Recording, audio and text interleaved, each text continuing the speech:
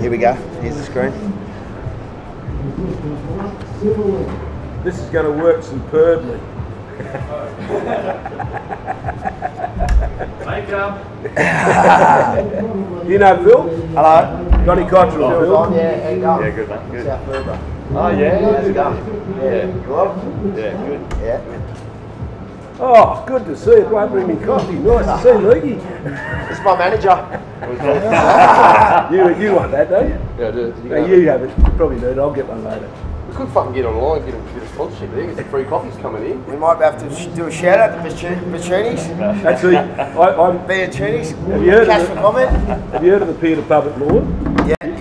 There's an Angling pub right next door, right? And then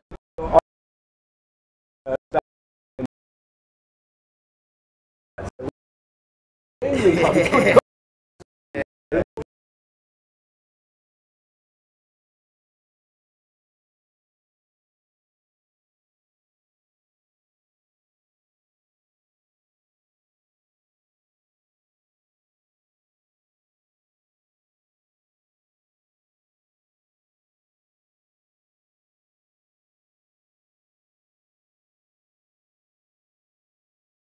Female sweep, Beck Hamilton's come over from Coogee. You're kidding me. Nah, she's going well. Come over from Coogee after all the years at Coogee. Yeah. Coogee ran through her blood, what was it? Yeah, well, as she tells the story, she's originally from Kiama. Yeah. So, Got to do with that. yeah. No, I think she's, there was a bit of goings on there.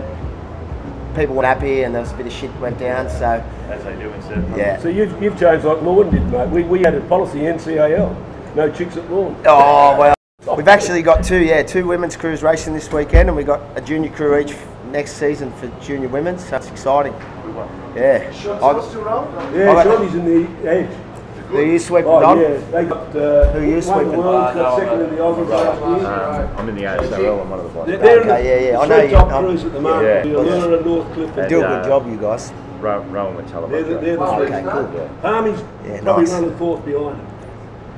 Well, it depends on the wave of Spence. If there's a wave running, they're running fifth. Okay, yeah.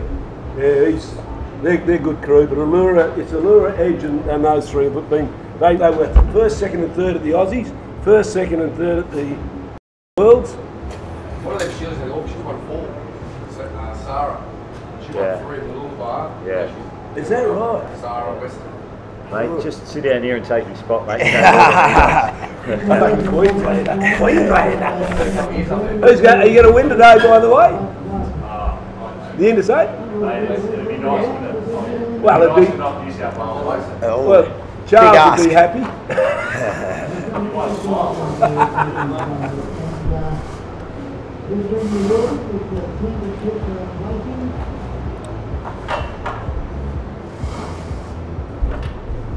That might, That's good, you can see that might be in our way for the course, so maybe put it on this side. Yeah, can we be on that side? Yeah, because that's. If you put it just over that way. Yeah, so just so we can see the course. Yeah, so yeah. Thanks, mate. Otherwise, I'll be. Hi. Thank you. That's the draws. Masters. Good. So I think they're. Have you got a radio? No. I'm going to get you guys. We're up to the 220 mix now, I think. So we went. I think What's that's that? just been called the results, so I reckon. Here we are, round one. One more maybe. 240, 260. Okay. It's not going. Oh, yeah, beg your pardon. Sweet. Thank you. Thanks a lot. Do you want a radio so you know what's happening, or are you good without? Oh, look. The results are going to get pushed to the app, so if you sort of update your app. Yeah. I think we'll go with the app because the only person that will be chasing us will be Az when we cross over to him. Okay. I'm Tash as well. Tash, How I'm you Phil. going? How are you? Tash, how will he do that? How will Az go to the beach? How do we know that's going? How do we know when Az wants us to go to the beach? Oh, I've got no clue. Well, that we might need a radio. Remember, he wants to go to the beach. Yeah. We've crossed to Az on the beach now. How do we know to see? I don't know. Well, he's sitting down here, so we're not doing crosses at the moment. Yeah. Az is having a coffee downstairs, so Yeah. it's not. Yeah, but he'll go down to the beach, won't he? We probably wouldn't hurt having a radio if there's one spare. Yeah, just have a radio. Yeah. I'll Thanks, pay Tash. you for it.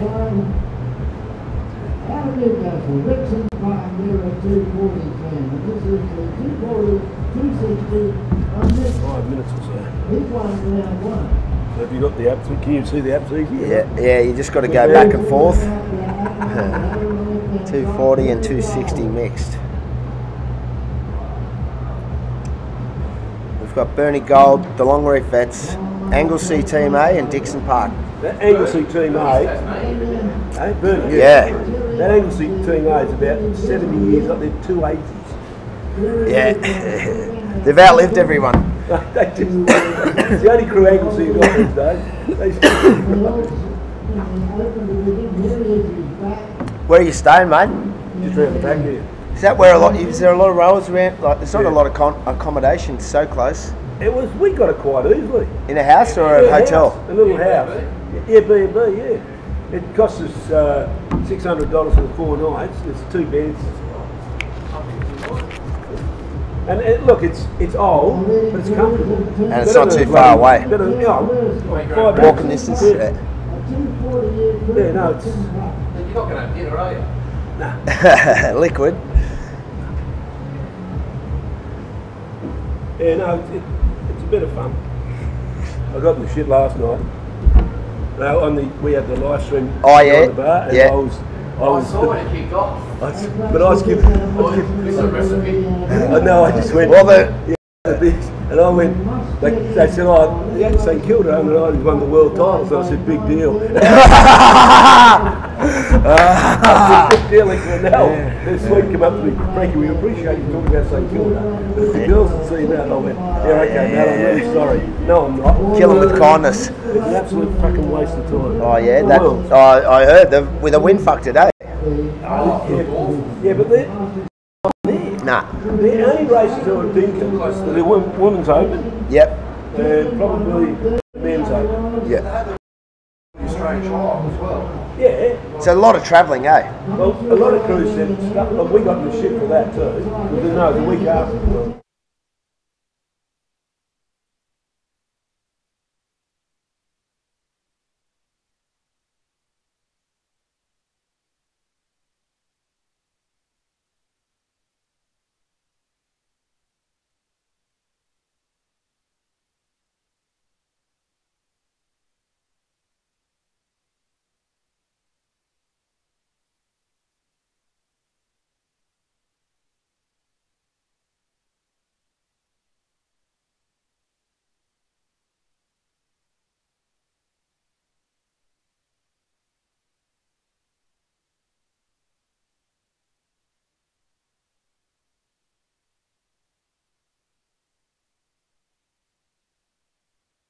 No.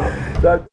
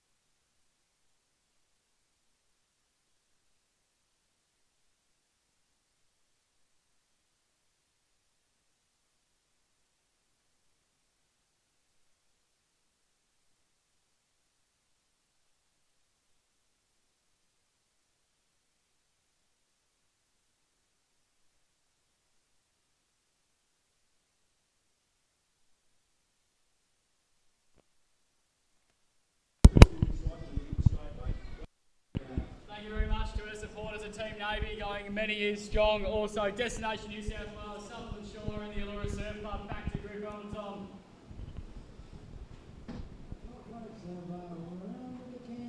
At least we're not talking over each other. It's good. They're doing a good job. Good on them.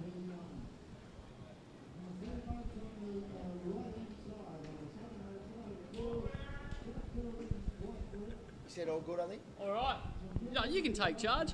Well, All right. All right, ladies and gentlemen, welcome to the stream here. It's a live stream of the ASRL Open for 2019, and today it's all about the Masters this morning. It's the first time ever that we've had the Masters on, Frank. Welcome. Well, it's a good thing because some of these blokes that are out here have been rowing since the day dot, right? And I've got to tell you, some of them, Phil, you're a sort of a newer sweep and a newer rower. Some of these blokes were rowing in boats made of wood. They used to take 12 of them to lift them down. They had a harpoon in them, which was useless. They had a shark knife in them. They had a belt in the bow, right? And they had a bucket. Why? What was in the bucket? Well, there was nothing in the bucket till you got hit by a wave. Then there was a lot of water in that bucket. I bet. And guess what? If you're a bowman, guess who got the water out? Good old bowman. The good old bowman. What do you reckon about that, Az? I lose track when you start talking about things 30 years ago. We are for the Masters here this morning. Following that, it's reserve men and women from about 11 o'clock.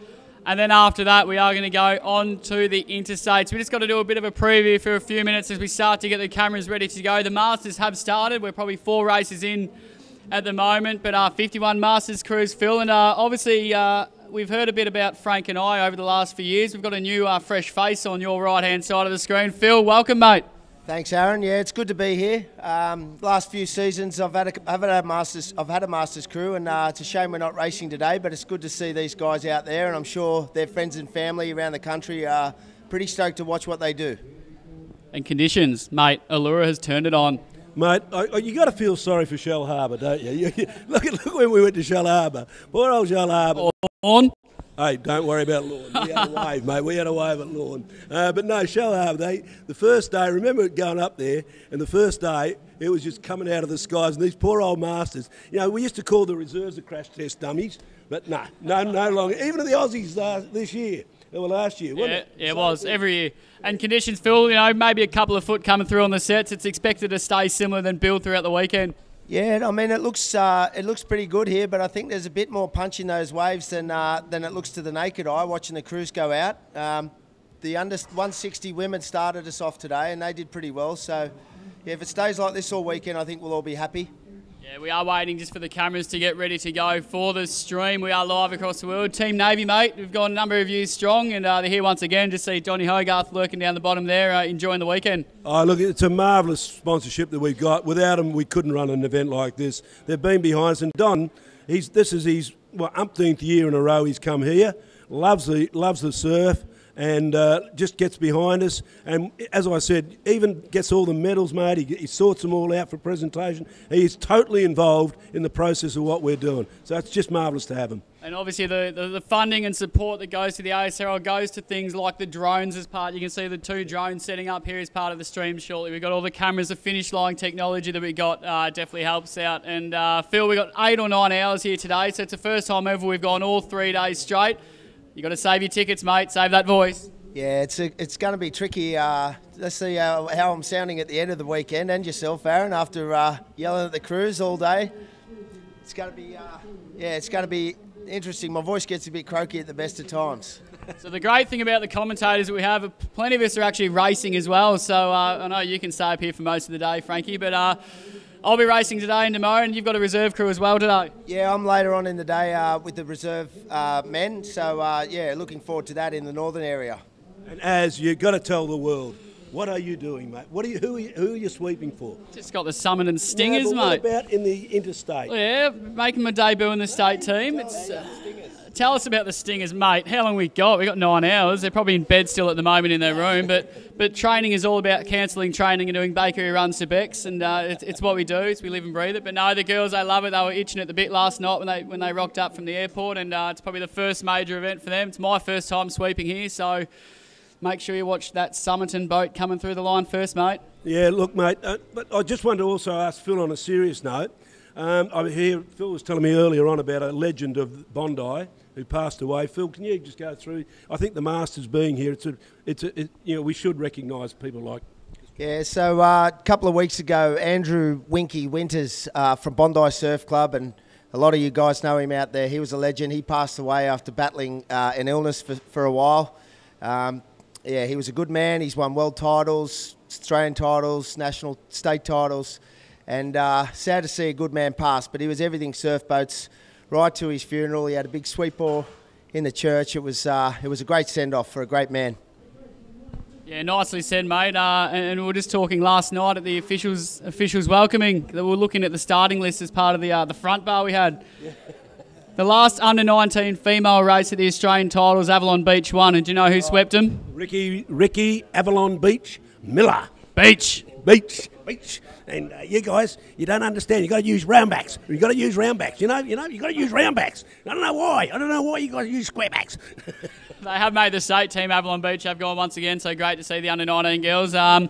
We know you're watching at the moment. We're just getting the cameras set up. We're only 2 minutes away from giving you live racing. So unfortunately, you're stuck with us for the next couple of minutes on screen. Let's talk about the Interstates. It's growing and growing and growing. And this year we've introduced the junior and senior relay now. A 28-year-old sweep that I am and the current Somerton Club champion in beach sprint. I'm going to absolutely love the running start.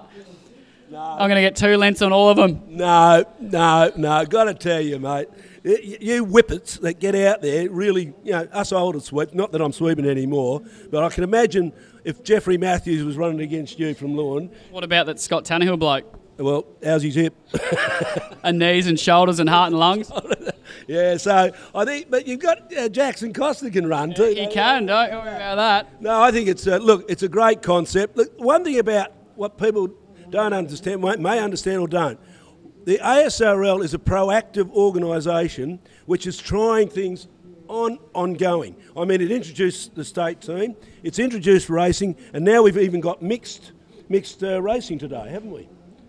Mixed racing? Yeah, mixed racing. We do in the Masters. And Phil, mate, you can go through the order of events if you want. The Masters one here. Just go through the rounds we got and the heats involved.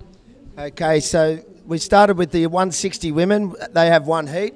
Next we got the 180 and the 200 mixed together. They had one heat. The 240s and the 260s are mixed for one heat. In the 220 years, we've got 2 heats.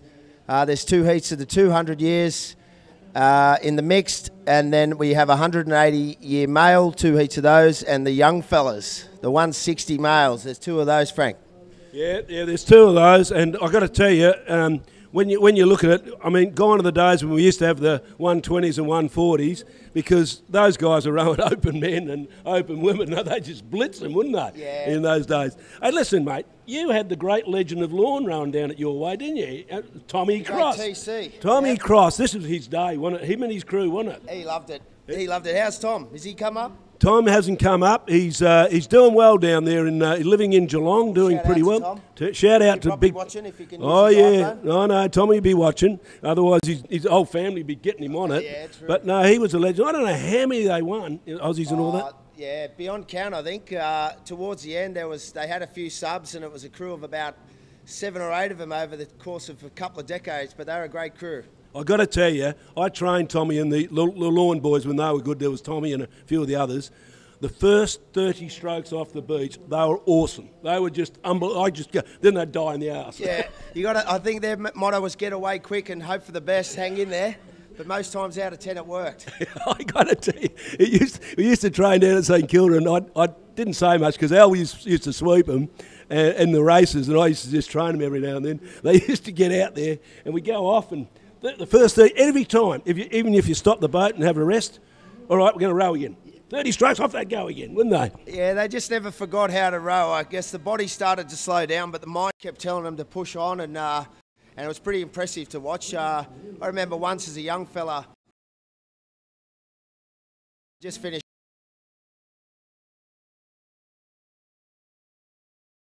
Maroubra Masters crew, and we thought to ourselves, oh, this will be a nice, easy result. But they pushed us all the way. They were good rowers, good crew, and now I'm part of a good club. So, yeah, a lot of history down there.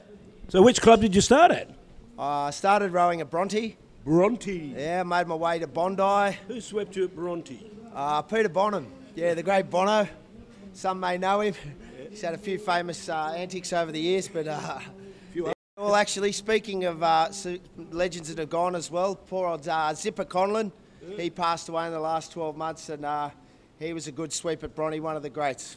Listen, ladies and gentlemen, we're still waiting to get vision of it, but it's also going to be pretty hard. So I've got young Phil. He's going to be the bloke checking on what's going on because he's got better eyes than me, but Az is just going to be floating around like he normally does, being the superstar that he is. So we'll try and give you much, but when you get out to the cans, it's very difficult to see. So that's going to be a problem. Yeah, you're exactly right. So we are about 10 or 20 seconds away from starting live racing for you. So it's exciting to see the racing here. So just about 2 foot sets at the moment. It's nice and clean, light winds here at Allura Beach. We are part of the Sutherland Shire Council, and they've been amazing support for the 2 years we've been here. Destination New South Wales have been supporting us for around 7 or 8 years through the New South Wales government, and Team Navy, we've spoken about them as well.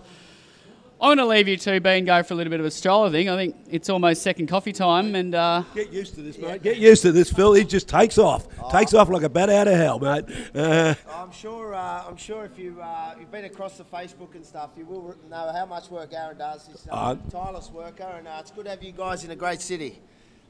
Just before I go, just to show you something. Uh-oh. He's ready. Oh, he's got South Australian top. Ready, mate. He's bloody ready. There it is. There's South I Australian think I finally changed from the big V, mate. Oh! Hey, you're like me. I traded from Western Australia, went to the big V. Actually, I'll tell you a funny story about it. When I was representing the big V at Curraway years ago in the state team, right? I used to be with City of Perth in Perth. I go onto the beach because you had to do the old march past march on the beach in the state team then.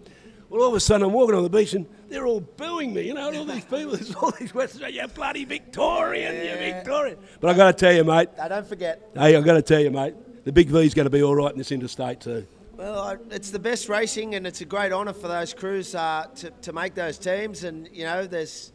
Here we go. Actually, we're on live now. Here we are. Can you pick him up, mate? Ali 2, mate. Ali 2, Ali 2 and 6. Curraway Stiffs is 7 in this race, so that might be Ali 7, Frank. Ali 7, right? That's the Maroochydore Force. Oh, look at the way behind. There's one behind them. They're going to have to. Could be a late takeoff. The crew in Ali 6, the Gerringong's rode down it. Here's Maroochydore. They're getting hit from behind.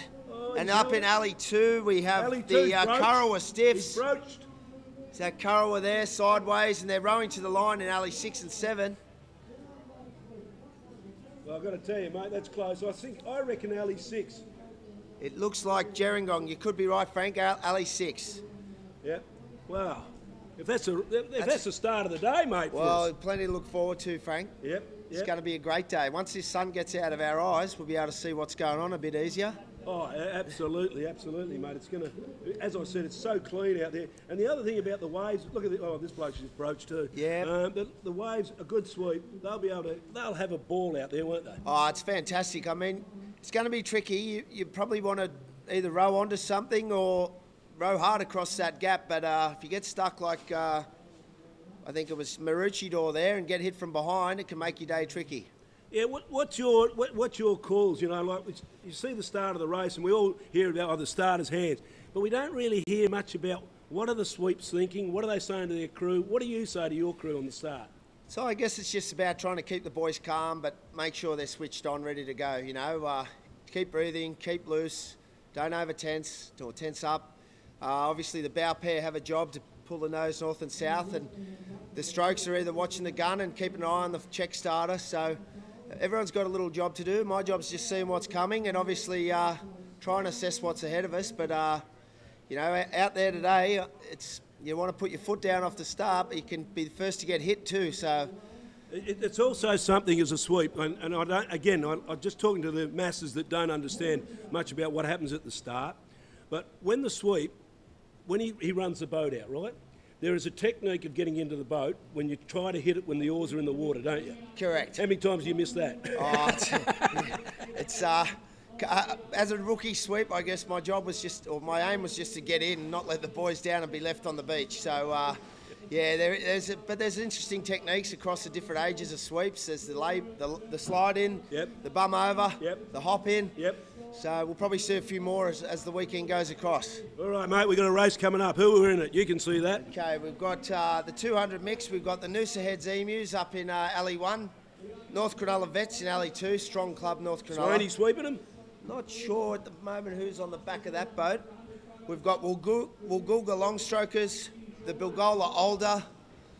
We've got Avalon Beach Norsemen and the Windang, the Outcasts up in Alley 6. So it's interesting racing. The course looks great. Well, I was going to say, if old Swaney's in there sweeping, yeah, he lives on a farm miles from nowhere, comes to gets on a train at 1:30, right? Gets down to training by 4, gets him going, right, in the water. Gets back on a train at 7:30. His wife picks him up from the train station, has his meal at 9:30. How's that for dedication? He's a good operator, Swaney. He's one of the ones that us young sweeps look up to. He's always there in the finals. Yeah, but I think that was actually, mate. that's Bluey's North Cronulla crew. So he's Michael Boffinger, the boat captain there for North Cronulla. And they're away. The crew in the middle. Good even start. Looks like Alley 2's got a bit of a break on the field. The rest have been hit. He's got to get over Alley 2. That's the North Cronulla Vets, the ones we speak of. They cop one on the nose. And Alley 4 is the Bilgola Older. Normie Pounder probably out in that boat. I'll tell you, they're flying. They're flying. They have got a good run out, and they're in front by a length, it looks like, and they're out to sea. All right, at this point, especially these old blokes, what's a sweep saying to them? Keep breathing. Yeah, I guess don't overdo it. I think they've got a couple of races each today, so this might be a bit different to their normal schedules. And I guess some of them that have come interstate still get that exciting, that buzz when you're travelling with surf boats. I don't think it'll leave you when you're travelling around the country, getting to race boats. Today's a Friday. Most of us probably would have jobs that we'd normally be at, but I think being at the beach and watching or racing surf boats is a much better place to be. Well, at this stage, the Bilgola crew are really going well. Alley 1's come back into it, and I've got to say the North Cronulla in Alley 2. The Alley 6 is struggling a little bit. Alley 6, that's the Windang, the Outcasts. They're struggling. They're a bit outcast at the moment, mate. Yeah, well, as we've seen though, Frank, the course is pretty fair. There looks to be waves either north or south of the northern area that we're racing in today. So, as is the case in surf boats, a bit of luck, and you can find yourself going from last to first. Well, here they go into the turns. Call the turn, mate. Going into turn, it looks like Alley 4, Bilgola Older going around now. Then it's pretty tight with Noosa Heads and North Cronulla turning it simultaneously, and then up in 5 and 6, Avalon and Windang turning. So they're all around now. Alley 3, the last to get around, Woolgoolga Longstrokers. So they're heading back to the beach.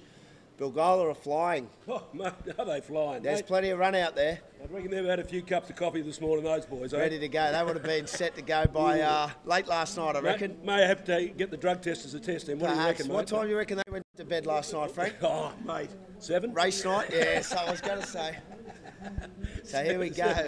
Well, here they Coming come back, over. it's the Bilgola crew. Rode into a bit of stiff water there. North Cronulla up in Alley 2 coming back, and Alley 6 now, the Windang crew. Have a look at the swell over in Alleys 1 and 2 coming from behind. Yeah, it's a good run there for Alley 2.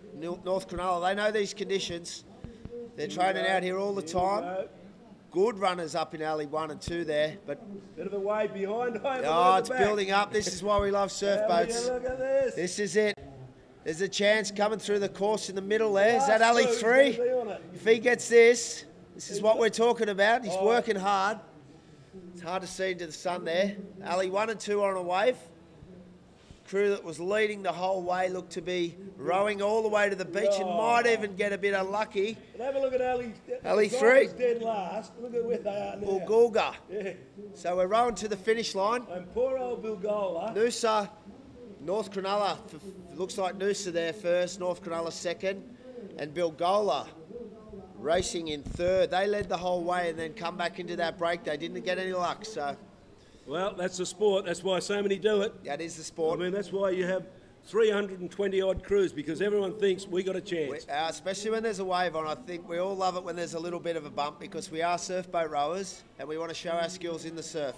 Yeah, the other thing I was going to say to you, Phil, is a lot of people around Australia, I mean, I come from Victoria and all that, they go, why do we have the ASRL in New South Wales all the time?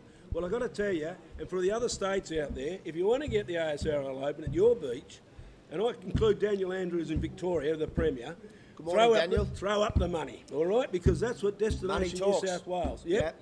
We can't afford to run this on a smell of an oily rag. Yep. It takes a lot of... the planning for this goes in, like the Commonwealth Games, like any big sport, it starts the day after we finish. Yeah. So, Well, 330 crews, it's a lot of infrastructure required. We're grateful to be here at Allura Surf Club. I've got to tell Fantastic you, mate, beach. I've got to tell you the other thing that I love about this place, the lifeguards here, mate. They are the best lifeguards in the world, mate. They are just spot on. They are so welcoming of us here, you know, and they do a fantastic job. Remember last year with those jet skis? Yeah, outstanding stuff. I reckon the beachies might be happy too because there's no swimmers in front of them, so they might have a quiet day today, hopefully. A couple of hundred lifesavers on the beach and they're just up admiring the surf boat action. All right, who we got in this next one, mate? The next race we got going into the 180 male, looks like. So we got Somerton, just confirming. No wonder Az went down to the beach. Somerton. He's got his boys down there. The 180 years male, Somerton, the originals, Wanda, Browley Mixed Grill, the North Cronulla New Suspects, the North Cronulla NC Lards, and then the Alexandra Headland Fireballs. So, what the hell does NC Lards mean? North Cronulla Lards, possibly a reference to a surname. I know they use some of their names down there. It's not the most... This is something I need. Some of these names coming out, mate, you've got more of a feel for them than I would ever have. Well, look, they're a big club, North Cronulla, possibly the biggest in the boat. So, 24 and they crews. got hundreds and hundreds of rowers, so it's impressive. So, keeping up with the names from season to season is tricky.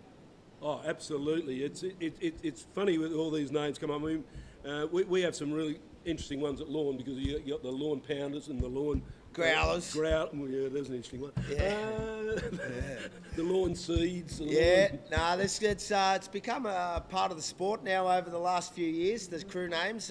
It's a bit like horses, but you got to get your name approved these days, like the greyhounds and the dogs. You have to get it approved by the governing body, but more so you often have to get it approved throughout your own club and throughout your peers. So if you're a junior crew, you often get given the name. And because they come out with some beauties. That's it. And often the names come about by someone's misfortune or a drama that might have happened. So there's always a bit of fun there. But and you get the mums and dads. Why do they call them that crew? Yeah. Oh well, it's like this. Some of the names were getting a bit colourful, and there was a few connotations with some of these names. So we've had them scrutinised and making sure that they're all above board. Oh, well, yeah, I mean, it's got to be, but it's a lot of fun in some of the names, and some of the thinking that goes into them is really incredible. So, it's waiting for this next race. A bit of a delay, I don't know why, but we're not here to understand what the referee does. And that's the other thing that's on the beach today. We've got nearly 80 officials down here at... they do an outstanding job. And look, for those people out there that are just sitting on there watching this and don't do anything in the sport anymore... Help out, become an official. Yep. It's not it's a good gig, and it's camaraderie. Like last night at the function, it was just fantastic to see the camaraderie by the officials. I mean, this carnival, the referee here, Tamara, she's the first female referee in the history of the surf license. And she's a great person. She does a great job. Admiration of the rest of us. You wouldn't want to take her on either, would you? No comment. You know, she won Australian. Final and the Aussies this year in the Masters. She won the world in the Masters. It's impressive, and it gives you an understanding that they know what they're doing as well. So they're on our side. They're rowers as well. They've been rowers. Often, we think we get a bit hard done by with some of the calls or the officials' calls, but it is a tough job, and it's thankless. So we do thank all of them for the whole weekend in advance. We've got the assistance of the finish line cameras this weekend, which is a great addition to the sport because it does take away any of those question marks over line calls. It's black and white. Be able to see that on the live stream this weekend.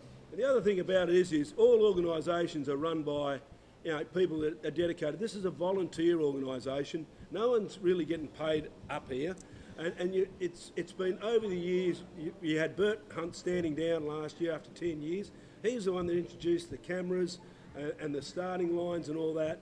And he's seeing the fruit of what he did all over those years with the crews that we've got here. Allura last year was his swan song, and you couldn't ask for a better send-off, could you? What a finish, and you know, that includes the introduction of a few more female divisions, which is fantastic now. In the Open Carnival, we've got equal men and women divisions.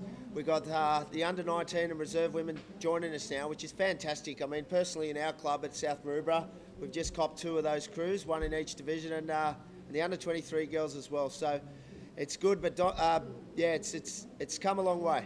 Oh, look, I think it's... And also now, Bert's Hunt's the new person taking over, Megsy from Queensland, from Maroochydore, he has done a fantastic job and it's put young blood back into the committee.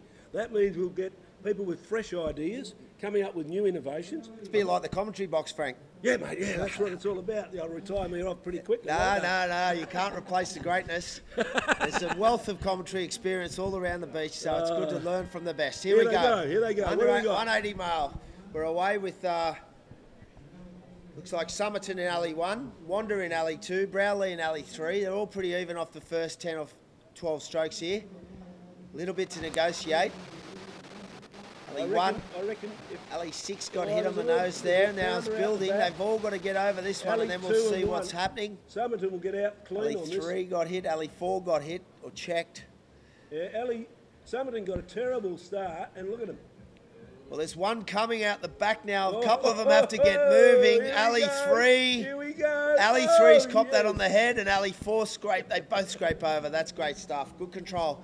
A lot of experience in these boats, so regardless of the size of the surf, these rowers know what they have to do to get their boat over those big waves. Well, at this stage, I put alley 1, alley 6 and alley 5 with the 2 in the middle who got smacked. They're starting to come through now. Browley and North Cronulla did get checked. That'll make their day, their race a bit trickier. Alley 6 looks like they're out comfortably with alley 1 there. So that's Somerton in alley 1 and Alex Headland in alley 6. Yep, they're going along. We can't give you that vision at the moment, so we just give you the call. Hello, there's a few people walking along the beach. Oh, there's a fit-looking bloke. That's Waterside, one of the great Maroochydore boys. Is it? It looks like. Meggsy's probably sweeping them, is he? He's probably got the camera, perhaps. What's going on here? Hello. Morning. Glenelg, Az is down there. I'm sure some of these guys are also watching the live stream while they're on the beach, so... Anyway, as we go in towards the Cairns now, mate, we've got to see Somerton up there. It looks Somerton in 1 and Alex Headland in 6. Going in now, Somerton turning the can there.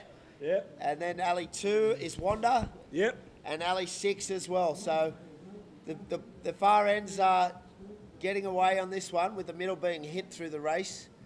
Alley 1's had a good turn there, away chasing the runners. That's the Somerton crew. Alley 2's come back into it a little bit too.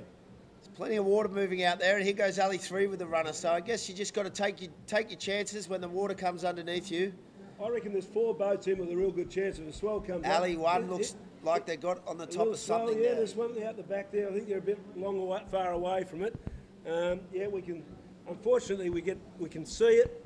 It's very difficult. Here comes a little bubble.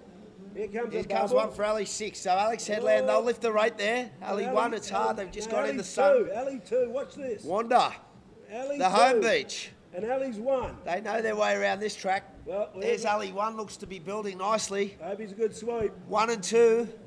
Hope he's a good sweep. Is he calling him back? No, he's going to keep him in the seats. Good call. Good call. Could be a row off for 1 and 2. Ah, that's just great to watch, isn't it? Yeah. Hang on to it here. Outstanding. Now it fills up. Hang on. He's got it still. Well done. Both good work. Good work by those sweeps. That's Somerton and Wanda. Well, and look at poor old alley 6. There's waves everywhere, Frank. Yeah. Here goes 3. As we get to the finish line, it's pretty tight. There's the overhead vision we're watching now, Frank. I wonder.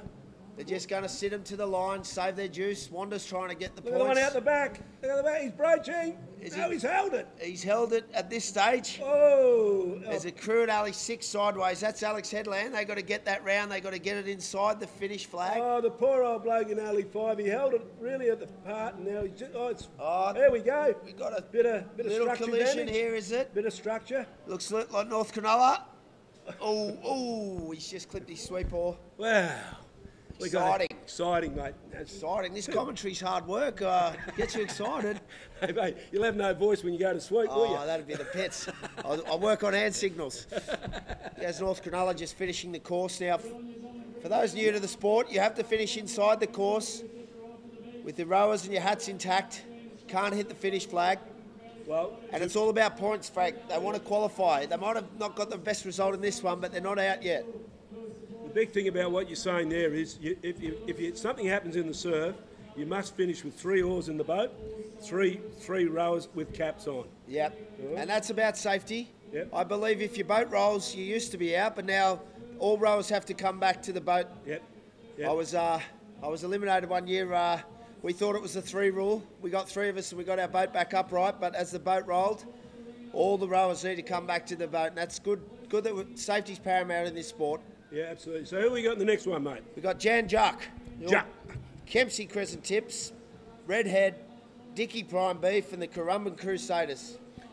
Well, I don't know much about any of them. Currumbin should be good because I'd imagine, they'll be good, no doubt about that. They've come a long way. Kempsey boys, they've always put on a good show, so I wouldn't be surprised if they're not far away from the front of the field. And Redhead, from the Newcastle area, I mean, that used to be the dominant area in the 70s in those days. You had Swansea Cave, Swansea Belmont, Redhead, all those Newcastle and all those crews. They were just unbelievable.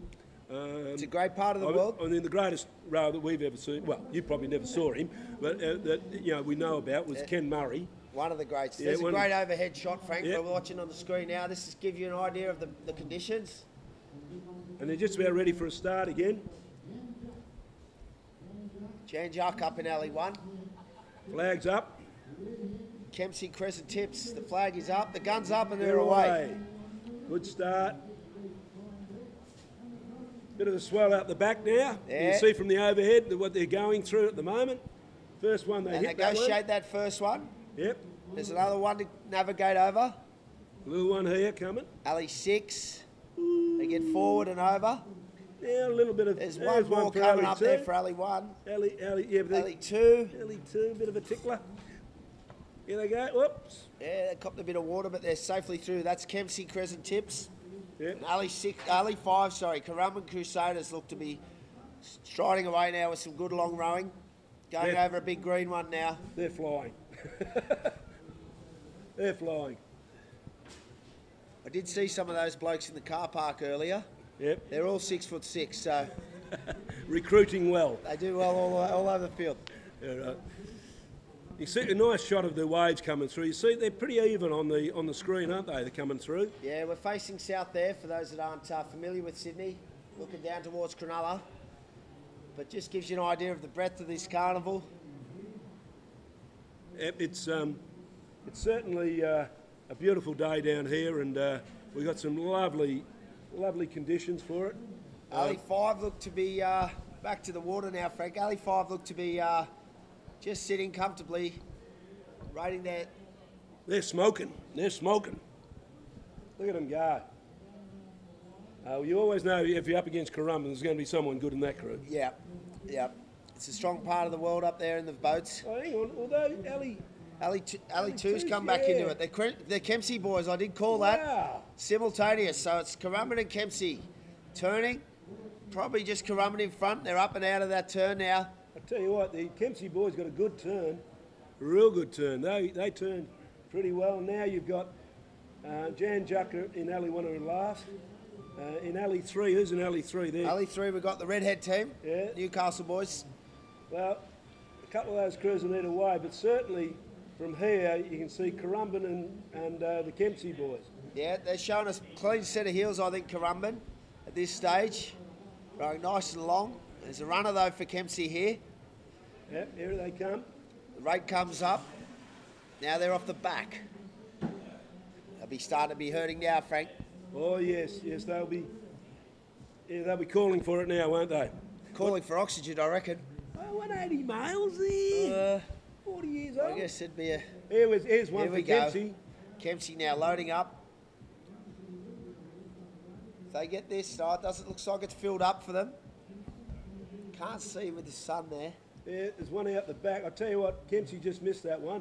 Tell you what, alley 1, Jan Juck, who dead last, are going to sneak onto this one if they can. Here they go. Hang on. Get goes over Currumbin it. Get now. over it. Now look at this. Look at this. Wow. Jan Jock from the back of the pack now. They're in prime position in the seats. There's Ali 5 Karumban though. He's just got to hold this. He looks a wave ahead there. And then there's 3 on the second, third and fourth. Kempsey boys will be going, oh, what the hell? All that work, and they're possibly going to get fourth after that. It's hard to take, but that's that boats that we keep talking about. So Karumban first. They just broached in the middle there. Janjuk looked to be second. Yep. Redhead third, and after all that strong rowing, Kempsey fourth. 180 mile, 160 mile. Yep. Right, here we get into some real action now. These guys are probably good reserve crews, having a bit of a warm-up row, 160 miles, all roughly, you know, the age group 40 years old. 40 years old. Yeah, some good. One of my guys used to row with us at Perth, at Lawns, rowing in for the Allura team. Timmy, he's also sweeping now. And then you got the crew that's been around for a long time in Heat 2. Watch this one.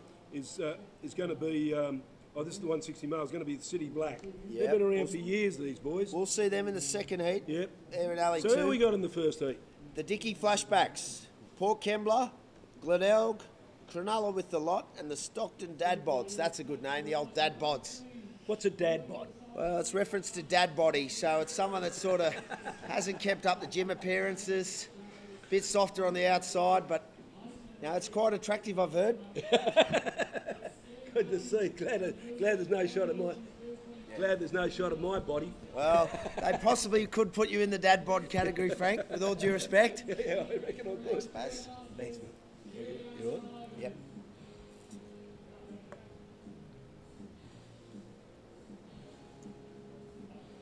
Yeah, so just ready for the start here. Looks as though we got these crews are all ready. Check starter got his flag up. You can see the boat along the beach there. Nice shot along the beach there now. For those crews that are racing in the reserves, they've got a big day today. Oh, yeah. They're racing this morning. They might be taking a little bit easier and then come back for reserves, or vice versa. They might favour themselves in the Masters and then just see how they go in the reserves later in the day. Well, if they go through, they've got 6 races the whole day, so... For a 40-year-old man, that's not too much. Then come back Sunday for a few more. Come back Sunday. They have a rest day tomorrow. Yep. Couple of ales at the Allura Surf Club. Good place for an ale. They got Carlton Draft on tap. Very nice, very nice. What's your drop, Frank? Well, we have a new beer. Did you have a couple last night? Just had a couple. Got to be, had to be good for today, but for sure. There's a new beer down in Melbourne, and it is called Goat. The Goat. The Goat. It's right up my alley, and it's a really nice beer. Yeah. Trouble is, it's sold out. Not even Dan Williams got it. Well, we're away here in 160 miles. Is that the? Yep.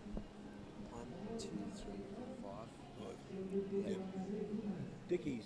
Well, the boat in Alley 3's got out pretty quick. That's Glenelg. Oh, wow. Your boys? No. No, not my boys. Aaron's boys. Aaron stayed anyway. They're going all right, actually. They're doing well. Nice and long. Get a little swell out the back. Oh, you always get excited when there's waves in between or big runners in between the turning and the gate cans. They're all out clean on this one. So now it's a long row out to the cans. Here we go. That's a lovely shot. Great shot there. There's not much in that. There's not more than a length separating any of those crews as we look at the overhead shot. The introduction of the drones makes it really good, doesn't Outstanding, but also for life-saving, you know, Frank. Our club's using technology with drones, and you know, you can check out for sharks, and I believe they're dropping rescue tubes now from drones. So just great innovation, especially when it's tricky and it's big. You know, we're all lifesavers at the end of the day.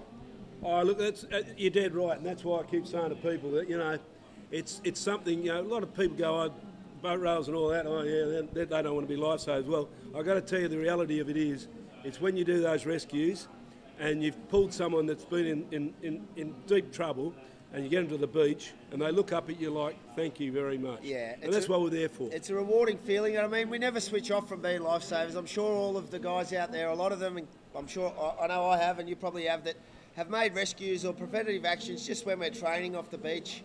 It's, you know, you keep your eyes and ears peeled, but Yeah, here we go, Here we round go. the cans now. Ali 5, the Stockton Dad Bods. Well, something's working for them, the Dad Bods. Oh, yeah, the old dad bods.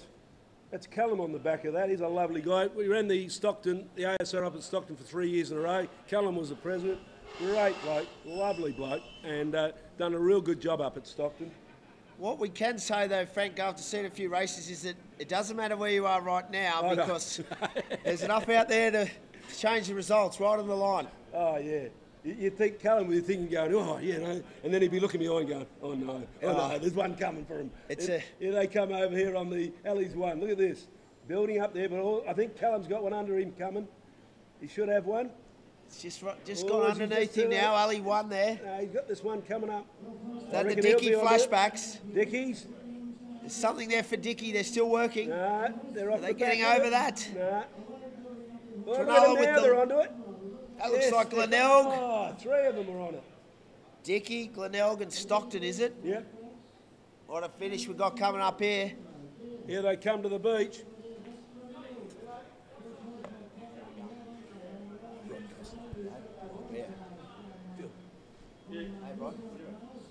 Here they come to the line. It's very close now. I've got to tell you, poor old Stockton, who was leading the pack, had just broached near the line. Dicky might have got that one. Well, Glenelg. yeah, Glenelg and Dicky. So Stockton 3rd. Wow, that's what we're saying, wasn't it? All of a sudden, over. it changes, doesn't it? The tide's going out. Low tide later in the day, so... Well, while we're sitting here, we've got another person coming on board to sit down with us. Rod Costa, come here and put your voice into action so we can have a little bit of fluid in our voice. Water, that is. Of course. Here he is, Rodney. How are you, mate? I'm going good, Frankie. You have a good night last night? Always have a good night, mate. Always fun. Up here, love Allura. Gee, they turned it on today, haven't they? Oh, hey, how good's this? Mate, it's unbelievable, mate. It's unbelievable. So, Rod, what are you thinking about the Masters and all that down here at the moment? This is the first time we've done. You've been around as long as I have on this commentary. We've never done Masters before. Isn't it a great thing for the Masters to be recognised in what they do? Well, we're getting some tremendous feedback on the screen from those that are watching it around Australia and all over the world. And, you know, there's many, many Masters and competitors that have gone from juniors right through the ranks to Row Masters, and plenty of them are still home and don't get the chance to get here, and they're watching it live and, you know, having it live streamed. Fantastic for them. And, geez, there's some pretty good athletes out there. Yeah, Rod, you weren't once an athlete, weren't you? Oh. Last night I was. Who's your rotate? You're over talk, are you? You get better with consumption, mate. The stories get better, didn't you? Yeah, I wasn't much of a rower. I've got to tell you, last but night, made a lot of fun. Last night, Peter Van Duren, right? He's up there. He's got on his phone film of the 1979 reserve race, right? Where he was in the final, and he was in the final with my brother-in-law Rover City in the final, and he had the guys from Bulli up here. And mate, they were all around this thing from 1979. Just going, 40 years ago. Look at it. Look at this here. That would have been an old wooden boat, wouldn't it, Frank? Yes, the wood. We'll talk about wooden boats because Phil doesn't know what's wood. There was a bit of wood on the first boat I rode off. Not all wood, though. Anyway, Phil, Here we go. We're in the second heat of the 160s. We've got the North Cronulla Purds, City Black, the crew you were saying from Perth. Yep. The Brighton Bad Boys. We've got the home beach, Allura. They always put out a good outfit, Allura boys. And then Wanda next door. So, local derby on their home track. North Cronulla in this one too. So, Yeah, well, literally those three beaches are joined here. So, they'll all know these conditions. I think you just got to get off the beach, get out quick, and away you go. Yeah. Oh, here comes Az. He's all pumped up. Somerton did well. Yeah, look at him. Have a look at him. I'm behind all this, he says. I just can't get over how he's South Australian all the Oh, sudden, you know. South Born in Aussie, Victoria, yeah. Started at Jean Juck, then at Torquay, now Somerton, and got the... He's done a good job there, but he's done a fantastic job. We're away. who'd heard of Somerton before Az got there? Right? Here we go. Put him on the map. Where we got here? We got Ali's. Hello, we got in Ali. Ali 1, we got North Cronulla Purds getting away. Well, they've actually got hit. So Ali 2, the City Black Boys you mentioned, they're away pretty sharply. Oh, they've got a good run out. Oh, look at this. Look at this. Oh, there's in trouble, is that? Oh. Wanda, Allura. Wanda sneaking out in 5. But City Black looked to get out in front here on this one, alley 2. Yeah.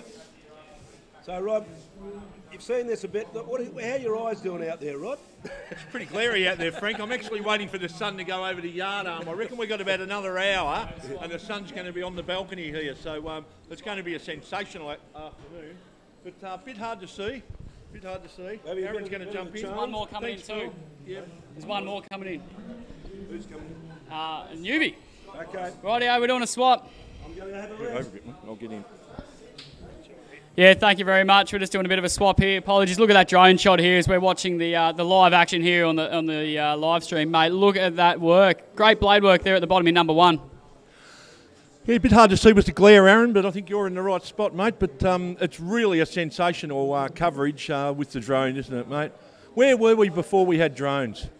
That's exactly right. Well, we're watching old footage from 20 odd years ago. They had live from the helmet cam, mate. They were going all right back 20 years ago. Or even the helicopters before that. But certainly the drone, the technology, it's just sensational. And all brought to you by Navy, our sponsors up here, along with Destination New South Wales. And fantastic to have the Navy on board. It's the 10th year.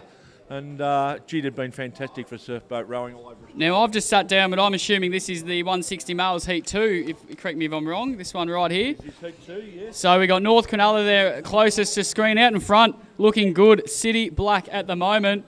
And also there in alley number 5, looking the goods at the moment of Wanda. Yeah, North Cronulla, the Purds. That's Adam Purdle on the big stick. When we say on the big stick, he's the steerer at the back. And they're just coming into the area now where they'll be catching those waves. And I'll tell you what, you're a sweep, Aaron. There's a lot of pressure on these sweeps with a pretty good swell running. There is a lot of pressure, absolutely. And a great one coming here. Look at this, 1-800 wave. Here we go. You can see it on the drone shot. I reckon we've got a party wave here, a party wave for all boats. Closest to screen, North Cronulla. Are they going to get down it? We're going to have 5 on here. Look at this. We can see in the middle, Brighton. That's the bad boys in the middle. It's actually Hocko from Henley sweeping there. All 5 are on it. Look at this. Welcome to the live stream here, Rod. Take it away. Yes, well, this is where the finish line technology comes into play here, because right on the line we have the cameras, and they're remotely fed back to a CT screen back here, and we can replay it and actually give you the exact results. So fantastic. Look at that. Allura looking good there, possibly to get a shoot. City Black also got a shot there right at the end, so you can see the boat dispersed, burst in front of the wave. Unfortunately, North Cronulla, great shot there. You can see, Rod, the curve in the wave. Now, that's not always going to happen. It's almost the luck of the draw. I don't know if you noticed, Darren, but there was one sweep there. He had his stroke holding onto the oar with him, so both of them up sweeping. So, really good control by those sweeps, and all on the one wave. There's a replay. It's a great replay there. You can see Brighton there, the boat in the middle. It's the next lawn boat. And there you go. And look how close that is. You've got Allura in there, City Black. You can see the second boat from the bottom. They're about to shoot, and you can see the line maybe 20 metres in front of them now. You can see that black boat start to shoot there. Yeah, well called there, Aaron. Yeah, it was a ripper shoot, wasn't it? That's just what you want. You can be behind, sitting on top of the wave, and when the wave breaks, you get that shoot down and race out to the front to take the all-important 10 points there. Just awaiting confirmation. If you are watching, you can also get the ASRL app on your phone, and what that will do is it give you live draws and results throughout. So you've got the stream, but you've also got live results here, and that's all thanks to the funding that we get from Destination New South Wales, the Sutherland Shire Council are great, and of course Team Navy. Now, Rod, we're trying to get some young new blood in here, and we've got another newbie that we're going to bring in. How's it going to go? Well, we've got some great line-up for you of commentators here, and I think there's 12 of us all up, and we haven't seen any of the girls yet. Pretty keen to get some of the girls up. I know a couple of them are racing, but yeah, let's give them a try. We do have Lane from North Cronulla, Edwina Wright, also Tash Tunney. But Scotty, mate, come on in. You've got the call up. Welcome. Introduce yourself, mate. I'm Scott Morrison. I'm not the Prime Minister from Freshwater Surf. Geez, do you think you've had to use that line before? I get it all the time. Yeah, mate, I'm really excited. A bit nervous. I've watched you guys do the live stream for a few years, and it's fantastic coverage of the Surf Carnival, and a sweep been Nervous, mate. We're absolute pleb city. Don't worry about that. Yeah, so now looking forward to a different aspect of watching a surf carnival. Usually I'm down on the beach yelling at juniors and colts and trying to get them to read draws, so I'm really looking forward to it. Geez, Tannehills, we don't yell at juniors at all, do we? Of course not. No. I've never heard a Tannehill yell. No. Here we go. We're moving into the next race here. Welcome, Scotty, to the lineup. We're just going to have a look and see where we're at on the order of events. So round 2, moving into 160 women, Rod, and we'll find the draws for that shortly. I can see a Brighton boat out there. This is 160 women, round 2, heat 1. And you can see a great shot there of the boat going through. Bit of a glare here for the first hour or so. Great hit on the nose there. And away we go. So we've got Mermaid in 1, North Cronulla in 2, Brighton in 3, Browley in 4. There's the wide shot there, Scotty. And three states represented here. Fantastic. It's great to see so many people travel such a long way, and the Allura is just a fantastic spot for this carnival. The surf's turned it on again, not as big as last year, but the weather's beautiful and it handles. Have you seen the forecast for Sunday? I had a quick squiz, so it looks like it's going to be pretty exciting. It will be, so they're just making their way out. Welcome here to the call. We're just doing a camera adjustment. The drone's going up now. You'll have that on your shot in about 10 seconds. So 160 female Mermaid, the Pippi's in 1. This is going to be your first call. Try and read that crew name. The North Cronulla Croquembouchers. Croquembouchers. The Brighton Beetroots there in 3 from South Australia. Browley there in 4. They're making their way out to sea. We're just doing a camera adjustment. There we go. Now we got the drone shot. Left to right, Mermaid, North Cronulla, Brighton and Browley. This is heat number 1, round 2 of the 160 female. And there's a great shot there, Rod, of Allura at its finest. Look at that. Yeah, you don't get better than it, Aaron. I'm just fascinated by this drone, the way they just launch it. They just hold it up in the air and take it away, and gee, they're responsive, aren't they? They just go anywhere they like. Yeah, 51 crews here for the Masters today. It's 2 more than last year, so it's a win for the event and the event organisers. And they're making their way into the turn now. Scotty, Mermaid Beach, probably a length or 2 in front. Yeah, the girls are rowing well. They're nice, controlled stroke rate, good little buoy turn, a little bit loose, but they've got probably a 2-length lead coming back to the beach, and they're looking good. The girls, you know, like a long time ago when they started, it's been the best thing that surf boats ever did, get the women involved, and it's just growing and growing and growing. And the Masters ladies seem to be growing now too, which is great. Bit of a blade contact there between North Cronulla and Brighton. Brighton making the turn now, so something might have happened there at the start. And Browley, would that be a Mr. Pettigrove? That'd be Gary Pettigrove, life member of Torquay and now Browley, and Gary's been around for a long time too. And a great sweep, Gazza Pettigrove. Great sweep. Been at Browley now for, be 15 odd years since he moved from as a Mexican. So they're not doing too bad either. That's right. There's probably 2 or 3 boats in a line here. Great shot there. Look at that Cronulla in the background and surrounding. It's a beautiful shot. Browley will be a length in front of Mermaid at the moment, and we're looking out to see not a whole lot of wave action coming through at the moment, Scotty, but they're going to enter the wave zone now. Yeah, maybe something little under Browley if they can push it, but they're... You know, anything can happen on this edge. We've seen the results change pretty quickly, and the sweeps have got a little bit of a bank to deal with when they get the wave. But Browley are looking good, and there's a little one behind them now, and it looks like the others are pushing hard to get onto it. Yeah, Mermaid look the goods here at the moment. If they can get down here, you can see the sweep really trying to egg them on.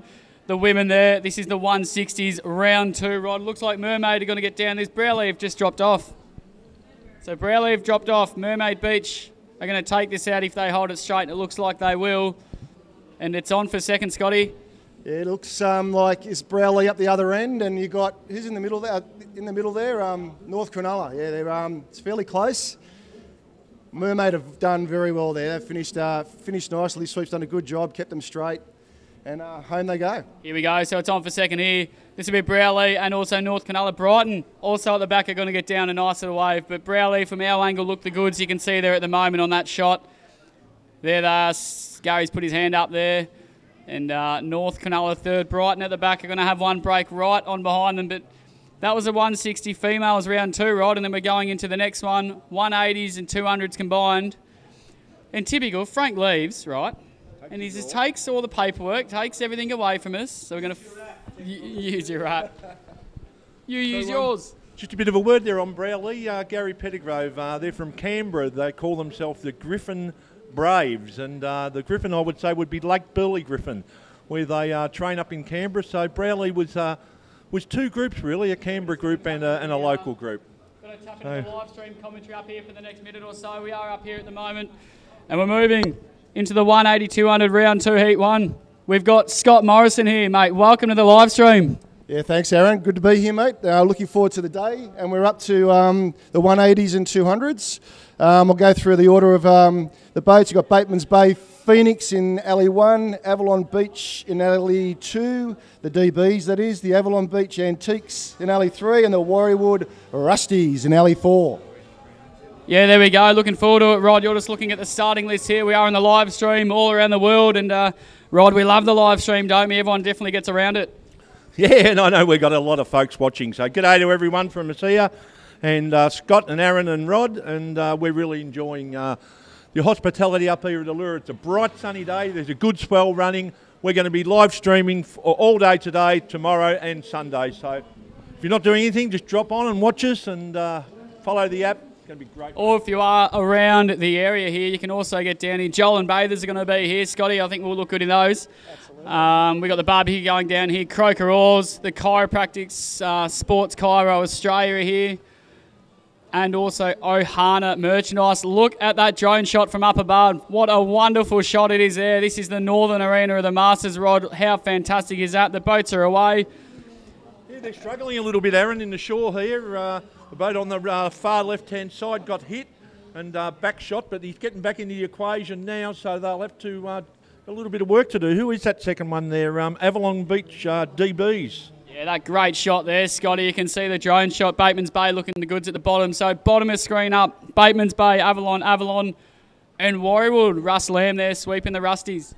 Avalon are a real success story, actually. I know the president down there, Ash Cardiff, and they've got about 15 or 16 boat crews running around this year, and they've got the junior girls and the junior boys representing the state, and they've got some strong ladies crews. They've done a really good job growing their boat section, and Rick Miller, who isn't with us anymore, who we all love and respect, would be very, very proud of the work they've done. You know, the last under-19 female Australian champions, who was sweeping them? Rick Miller. Look at it, screen here, 180, 200 combined. So we've got 3 180 crews on your screen here, and they're at the bottom of the screen. The Rusties, Warriewood, they're the only 200, so we've thrown them in with them, Rod, and they're making their way out. Probably about 25 strokes from the turn rod. So when we say 180s and 200, Aaron, it's actually for the viewers, it's the total age of all your rowers. So if you're a 200, your average age is 50. So, you might have a 60-year-old and a 40-year-old in there, but your average age has to be over 200. So, there's some pretty seasoned rowers out here. Yeah, they are looking good at the moment there, actually. They're 5 strokes from the turn, making their way in now, Scotty. You can see every sweep kind of does it a little bit different, but they look good there. They do, and doesn't the drone shot just change the way you can watch surfboat action? It's fantastic viewing.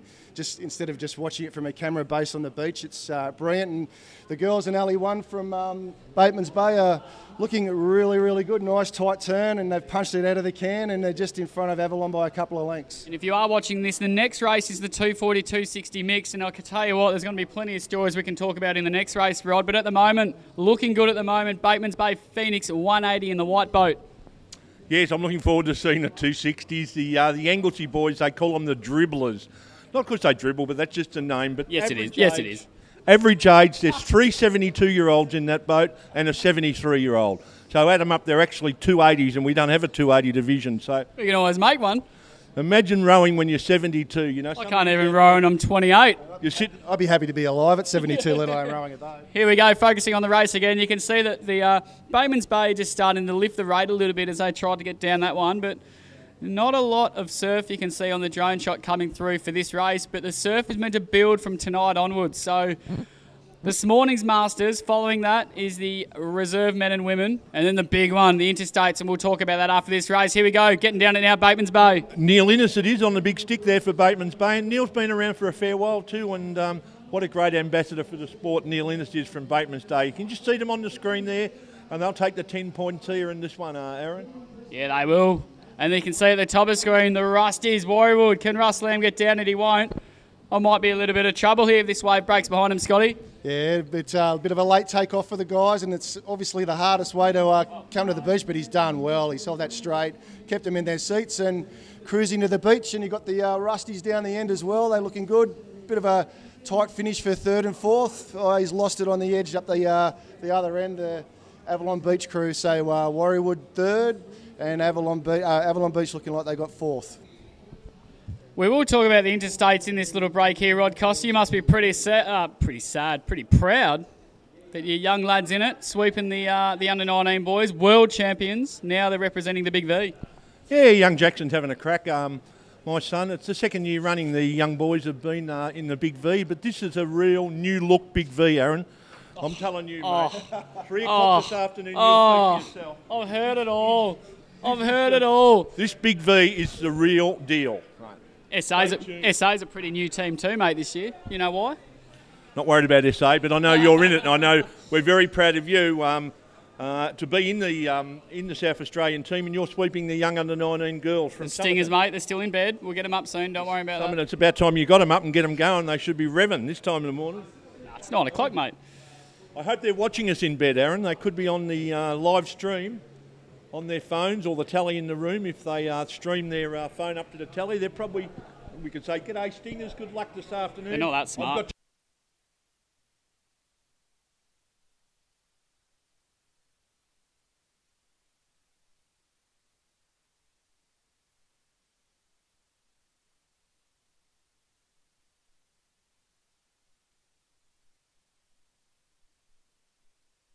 Surf boat powerhouses, and people sometimes say, why do they have all the good crews? Well, they've got committed sweeps, good training programs, and it attracts good rowers. So yeah, we are just talking about the Interstates, mate, and I like those young girls from Dicky Beach, the Tootsies. The Tushies. The Tushies. I can't wait to see them, and they're a good little crew. So there's some fabulous crews in this from all over Australia, and gee whiz, it's going to be a beauty. But what about the run? What do you think about the idea of the relay before we start? Mate, as a 28-year-old sweep, I'm going to tear these oldies apart, mate. So you're going to actually run? Mate, that's current Somerton bloody beach champion, mate. Well, make sure you warm up, Aaron. Warm up first, do a few stretches.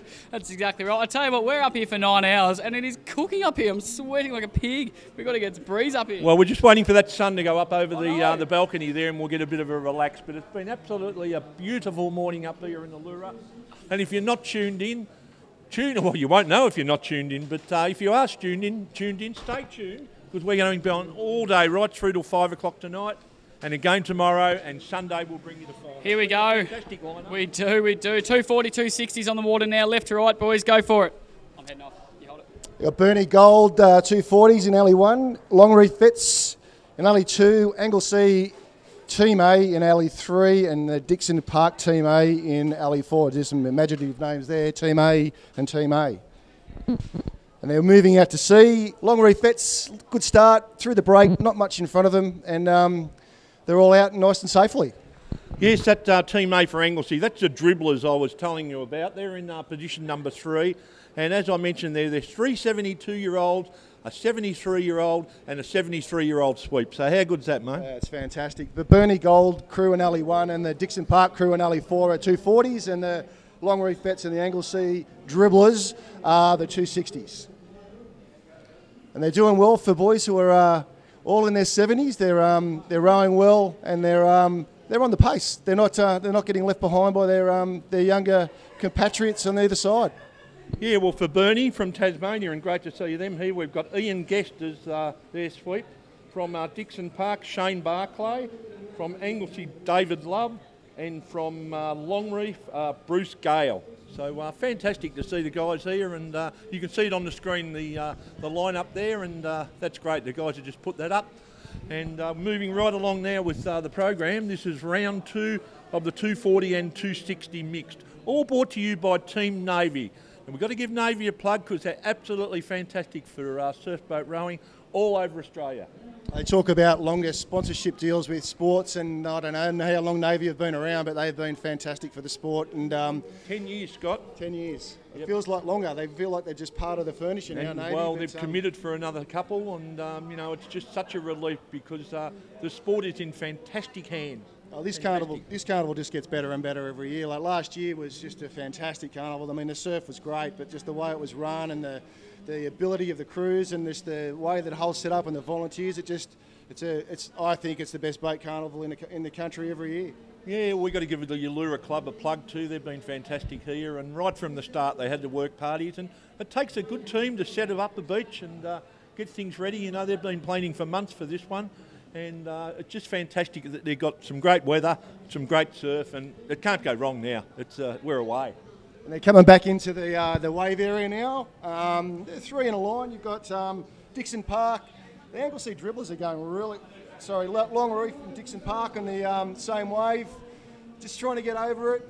In regards to Dixon Park, bit of a late takeoff. Oh, they're just going to miss it. Look at this one. They won't catch that, Scott. Oh, my goodness. But who have we got? We've got the one in alley 2, which is the Tasmanians, Bernie. So, held it straight too. Not sure what the tide's doing. I probably should have looked before we came on TV, but it looks fairly shallow over that bag. Oh, late takeoff in alley 4, a little bit of sideways. Oh, and over they go. Oh, my goodness. I don't know if it's the first one of the morning, but it's the first one I've seen. And so you can count the heads from here, Scott. Yep. You can see the 5 heads, and our water safety people, they're right on it here. You can see the ducks and the jet skis screaming in from the back.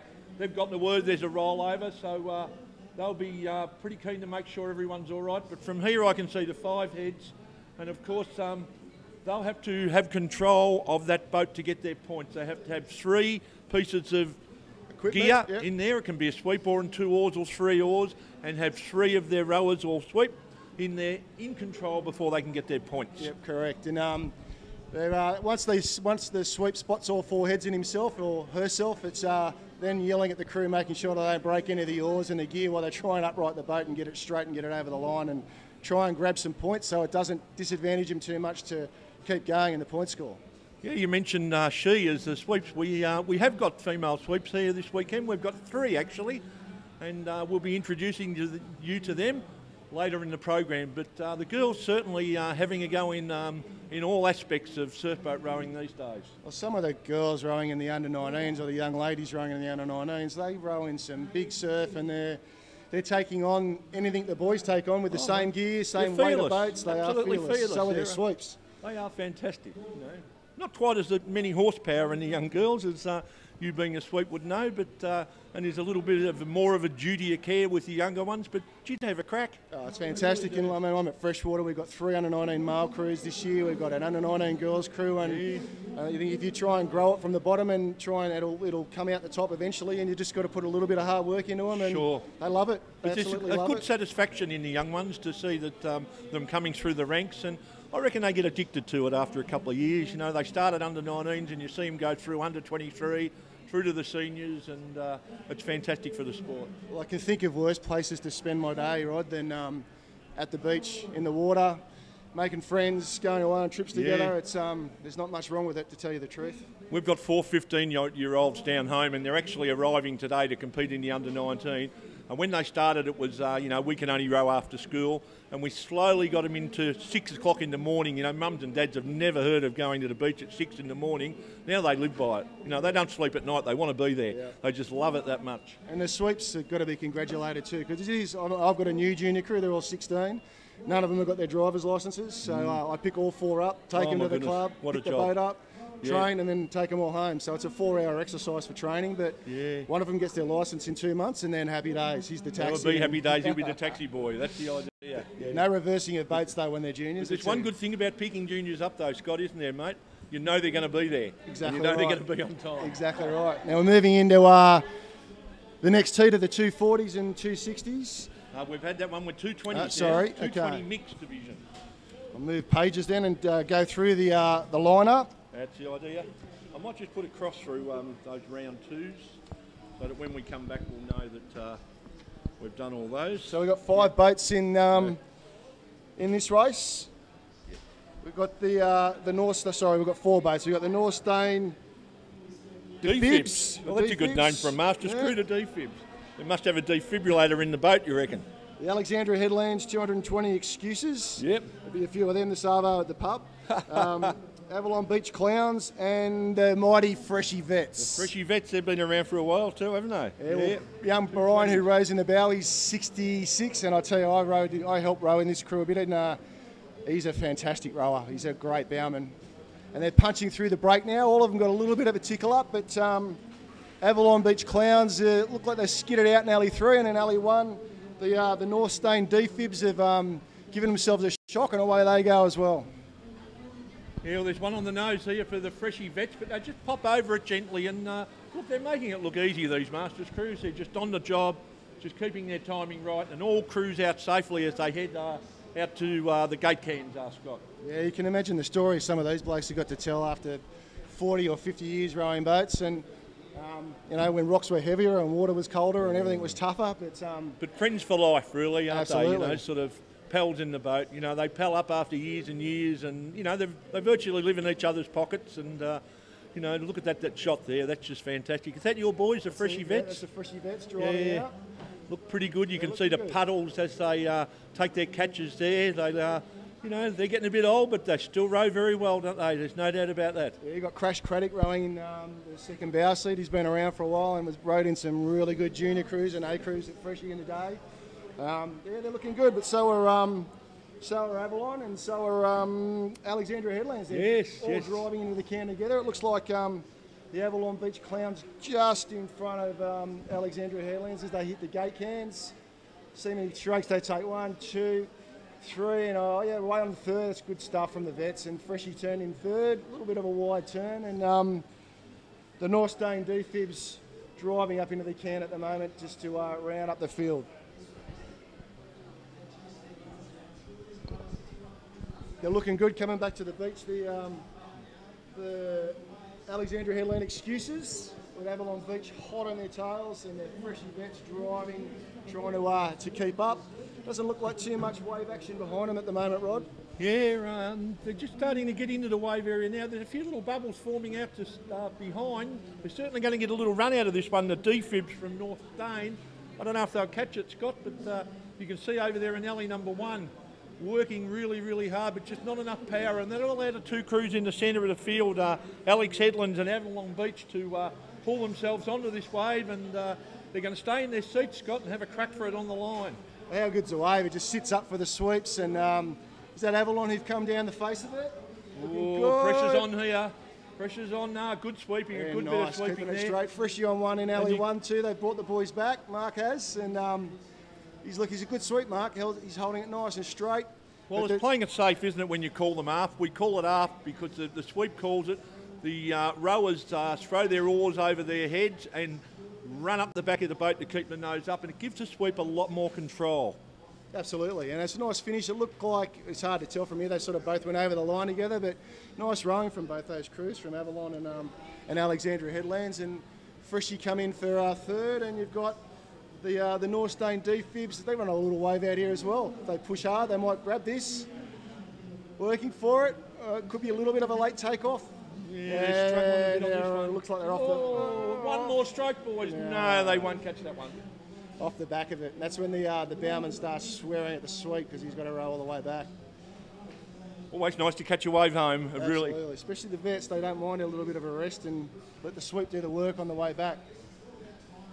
But the rowing's been pretty good and the sweeping's been excellent over that bank.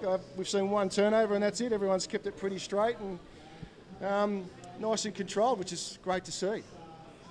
Yeah, well, you know, there's a lot of experience in some of these crews and some of the sweeps. I'm sure these sweeps just don't sweep masters. They'll be saddling up again later the day with the reserves and again tomorrow with the 19s and the 23s. And here's the Victorian state team coming through. So we talked about the young boys there, and I know they're here safely now. So it's a good feel for me, Scott. Is this the juniors? Yeah, they always come up and see Rod. So have they been standing in some kind of pot plant with some fertiliser? They might come around the back of us here and get themselves on tally. Walk around, boys, and we'll introduce you. We've got Josh here, Riley, Will and Jacob. They're the Victorian under-19 state team. And they're also the world champions, the boys. So had a big win over in Tassie, and they look the part, don't they? They do. They look really good. Yeah, you're looking forward to it, fellas. Yeah, looking forward to it. I bet you are. I'll catch a few waves. So what about the relay? You're going to have a run? Yeah. Make sure you warm up. I don't want any injuries to legs and that sort of stuff. Plenty of warm-ups and go fast and get those points, because Scotty here is a New South Welshman, so we've got to towel them up, give them a bit of a hiding today, because I've been telling everyone it's a new look Big V. A new look Big V this year. What does that mean? Does it mean you geared, or what are we talking about here? There's just a few new crews for a change. That's good. Red Hots and Kilda crew in open men. We've got our world champions in under 19. We've got some good female crews. The Lawn Edge was second up here last year, and they'll be representing Victoria. So I reckon we're going to go okay. Yeah. Who's sweeping you, boys? Jacko. Jacko? Yeah, right, good stuff. My son sweeps them. Oh, okay, great. So, and where is he, Jacko? Is he about? That's all right. Yeah. An early night last night, Keep him under boys. wraps. Yeah. Well done. Good luck, boys. Good luck this afternoon, and thanks for joining us. That was good. The Nice Victorian young boys. State Team under 19s, ladies and gentlemen, and that was fantastic to see the boys up on the back of the commentary area there. It is a good concept, isn't it? The Interstates. It gives everyone a little bit of crack at representing their club and their state, and their parents are proud, their clubs are proud of them, and and they look good in their gear, and they're ready to go. I've got a bit of a beat up here. The sweat's coming off me. It's just sensational, the conditions. I can sweat for Australia, Rod, but it is warm on the balcony, and there is not a breath of wind. We should talk about the Australian team. They were over in New Zealand last weekend, and they didn't start off too well. The Kiwis knocked us off in round one in the Open male and in the Open female, but our development team, the 23s, both had a win, and they clawed their way back, the Aussies. It was a challenging surf. It was a long break, and I watched it on the apps, and the Kiwis. I thought they did really well against the Australian crews are obviously good performers, and get good competition every weekend or every second weekend against other tough crews. I thought the Kiwis held their own. Well, they certainly started off extremely well, and we had to claw our way back, and after 2 races out of 3 it was all tied up, and the Aussies brought home the goods in the last one to win the Open men and women in race 3 and take the Trans-Tasman series, actually to retain it again. So a really good effort by them. The crews from Avalon Beach and Northcliffe, the women. Yep, okay. So well done it was. And it was the Voca boys rowing in the A's, wasn't it? Avoca Beach, sorry, I said Avalon. Avoca Beach and Northcliffe in the women, and the 2 development crews were from North Cronulla. Both of them. Yep. Yeah. I actually go as far to say, and this is a big call, but I think their North Cronulla Colts crew could be the quickest crew on the beach. They are unbelievable the way they row. Well, you talk about Colts. Very good crew. Under 23s, they're men, aren't they? Really, when they're in their later stages of Colts, and they go as fast, if not faster, than the A crews. That's why North Cronulla are a proven club. They've got 2 really good A crews, and then they've got 2 really good Colts crews as well. So they've got that feed where they come back and they come through the ranks from 19s to 23s and then into the Open. So I think it's something like 18 crews, North Cronulla. It's a fantastic club, and we will see plenty of them over the weekend. Yeah, it takes some organising to get that sorted. We're in the water again for the next round of the 220s. And we've got Alexandria Headlands in Alley 1, the Avalon Beach Clowns in Alley 2, the Noosa Condors in Alley 3, and the North Cronulla Corvettes in Alley 4. Corvettes being a race car, or was sort of like a tie or something? Well, that's a cravat. That's a cravat. A cravat, a Corvette. Corvette. They must drive Corvettes. Don't know, but they've probably got about 9 boats down there, don't they? Yeah. They have a choice. They're all on the way back to the beach, and it looks like North Cronulla Corvettes out in front by a length or 2. Little wave building for North Cronulla here. You can see it on the screen, and the sweep turning around. Not a lot in it, but they'll work pretty hard. They'll certainly get a run off it. Now they go now. You can see the bow of the boat dipping down as the sweep calls for an extraordinary effort. I don't think they'll catch that one though, Scott. They got a good run out of it, pushed them a little bit further forward of the other crews, but they're sort of in no man's land now. But there's not much. Doesn't look like there's much behind them. They're pushing hard. There's a little one underneath them now. If they can get this, they'll go across the line. And they'd want to be careful because this is where the others can come through when you get in that no man's land, as you mentioned. But it's just a little tiny bubble they're running on the top of. Now they've eased yours, and they should be pretty right. Yeah, they look good. Well done, North Cronulla. Good row. The other 2 coming back in on a wave and catching the Noosa Condors. So it's going to be a call for the line judges. And again, this is where that laser line across the finish line comes in handy when there's very, very close finishes, which is another great addition and another tick for this boat carnival. It makes a huge difference when you're getting the right calls. Yes, well, that's the beauty of surf boat rowing, really. Like the Avalon Beach Clowns, they were quite a few boat lengths off the rest of the field. They managed to pick up that little runner, turned into a wave, and got the shoot. You can see it there on the screen, and they may have even pipped the others for second place there. So you know, always an opportunity there if you're not too far off the lead. Always an opportunity with the surf, and that's the greatest part of the sport. Look at that, 3 boats together. Geez, they row well. That's a nice time, nice control, no panic. Looks like Avalon might have got across there. Yeah. Maybe, don't know, maybe down the other end too with Alex. So that concludes our heat 2 of round 2 in the 220. So we're up to the 180. So we go back a peg in the age groups and get some younger ones on the screen. We'll find their paperwork. Beautiful day here too, as we've said. Don't want to talk about the weather too much, but it is an absolute cracking day. There's not much wind at the moment, and had a squeeze at the forecast, and it looks pretty good for the entire weekend, Rod. I like that, a squeeze. A Hey? little squeeze at the forecast. And when are you sweeping, Scott? I'm not actually. So my junior crew got a couple of injuries. Oh. I had 3 crews for the last 3 years, and one of my A crew moved to the States and couldn't replace him with someone of equal or better ability. So just took a little bit of a back seat and let a couple of the other sweeps in the club take on a few crews, and it's been relaxing. It's been nice just having one crew, and they're all starting from scratch, never rode before, and they're coming good. We had a little bit of a hiccup at the Manly Carnival, and the bowman decided to do a little bit of a head dip and dislocated his shoulder on the beach, and sort of put an end to the season for the boys, unfortunately. So, well, it's great to see you up here in the commentary area, and no doubt you know plenty about it, and you're really quite at home, really. Love it. It's It's sort of great. going along really well. Yeah. So we've got the 180s here, which is the youngest of the Masters divisions. I think there's a 160s, is there? There is a 160, yep, and we go back to the 160s after this one. So this is heat 2 of the 180 male. Jan Juck in 1, Kempsey Crescent Tips in 2, Redhead in 3, Dicky Prime Beef, they must be sponsored by the local butcher, I'd reckon, in 4, and Currumbin Crusaders. They've been around for a while. The Queenslanders in alley number 5. So they're in the check starters hands. He's got his flag up. So when the flag's up, the check starter, you can see him there on the screen, knows he's got a nice line, he's happy, and they're in the starter's hand. That's another club that has done well with their boat development. Kempsey Crescent Head, they've got a fair few boat crews. I've seen some of the results from the North Coast Boat Series, and again, clubs to be congratulated for developing some rowers and trying to increase the participation in the sport, which is what it's all about. Looks like we've got 1, 2, 3, 4, 5, 6. We've got 7 boats in this race. Well, our draw says 5, so not really sure what is going on here. So, and we can't make out the boats with the sun bouncing off the ocean, so we might have to just wing it. But they're all punching out through the break. Someone copped it on the nose in alley 4 and alley 5 and alley 6. A little bit of a back shoot. They haven't gone over, but the sweeps decided he wanted to have a little bit of a dip. So trouble in alley 6, trouble in alley 4.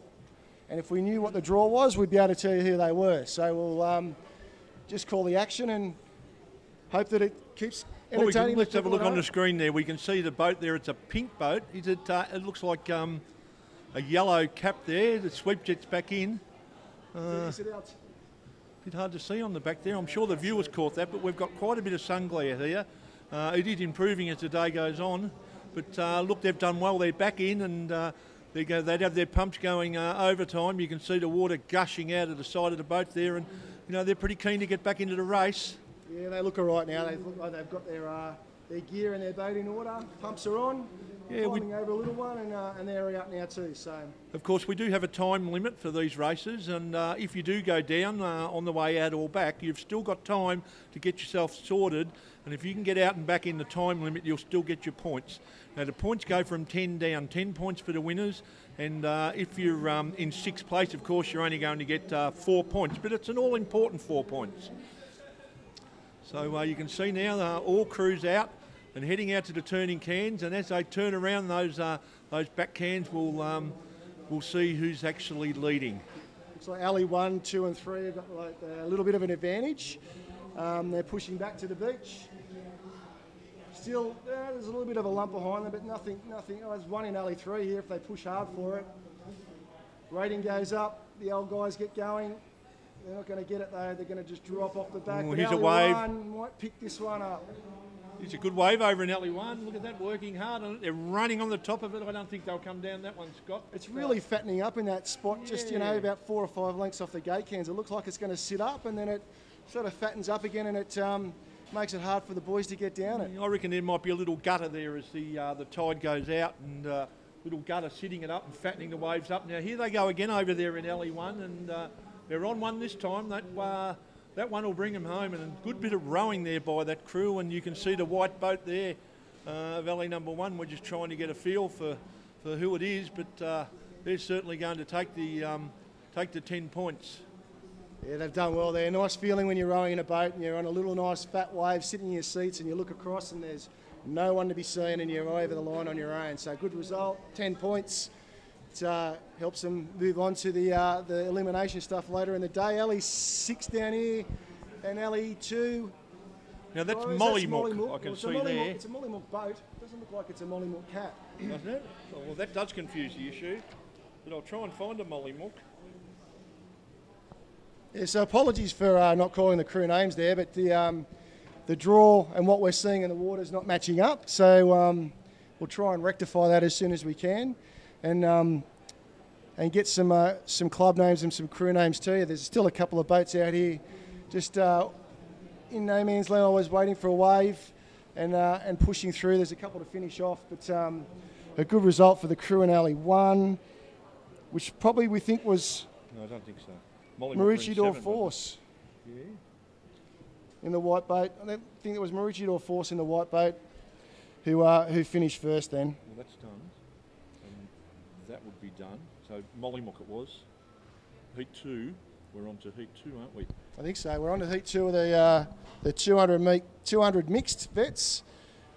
And if we get this right, we might be able to give you some crew names. It looks like there's 6 boats in the upcoming heat, but it's all running smoothly, right? There's still some nice waves coming through too. So, well, it's starting to sit up. I think that surf's starting to build a bit, Scott. Well, it's meant to build for Sunday. It's meant to get nice and solid on Sunday. And if it's anything like last year's Sunday, it'll be some. It'll be cracker. Well, stay tuned, and you know we've got it all here for you. We've got the drones, we've got the cameras in the water, we've got the cameras up on towers. We're up on the balcony here. Les Hertak and his team doing a fantastic job with the camera work, and lots of fun to come. Those 2 heats of the open boat, semi-finals of the open boat last year were crackers. So if we can turn on that kind of stuff, it'll... 6 boats on a 2 metre wave, all aft. You know, you just don't see that. That's just and Steve from North Bondi trying to kill everyone. It was it was outrageous, but yeah, good day. A little bit of sewing, I call it. You know, stitch one, drop one across the back, and weaving his way through on a 6-footer with a 26-foot piece of fiberglass. And 4 blokes sitting in it. It's sensational. I think the Evoca boys who were sitting in front of it were their eyes were open up and were a little bit worried. So looks like we've got the numbers matching the draw. There? So I think we've got North Cronulla, Maroochydore. Yep, Kurrawa Stiffs in LE3, Woolgoolga Long Strokers in LE4, the Bilgolda Older in LE5, and the Avalon Beach Norseman in LE6. I reckon you're right. You can see Bilgolda Older there. They're in the yellow boat, second from the top of the screen. That looks like the standard Bilgolda boat, and Avalon Beach on the far end. So that's the one we've got. Heat 2, 200 mixed. So we're back on schedule with our paperwork, Scott. Yep, and just on the bottom of the screen there, it will be the crew from Kurrawa, the Stiffs. You can see their yellow and white hats there. So that's the one. Yeah, they're in LE2 there. You can see Cronulla, North Cronulla and Maroochydore down the bottom of the screen, which we went on there, but we've got 6 boats in this one.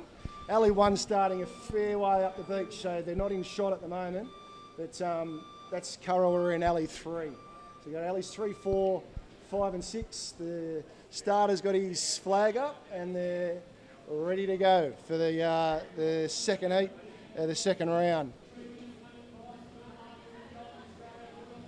What's the consensus in Victoria, Rod, with the crews? Square Rolex, round Rolex?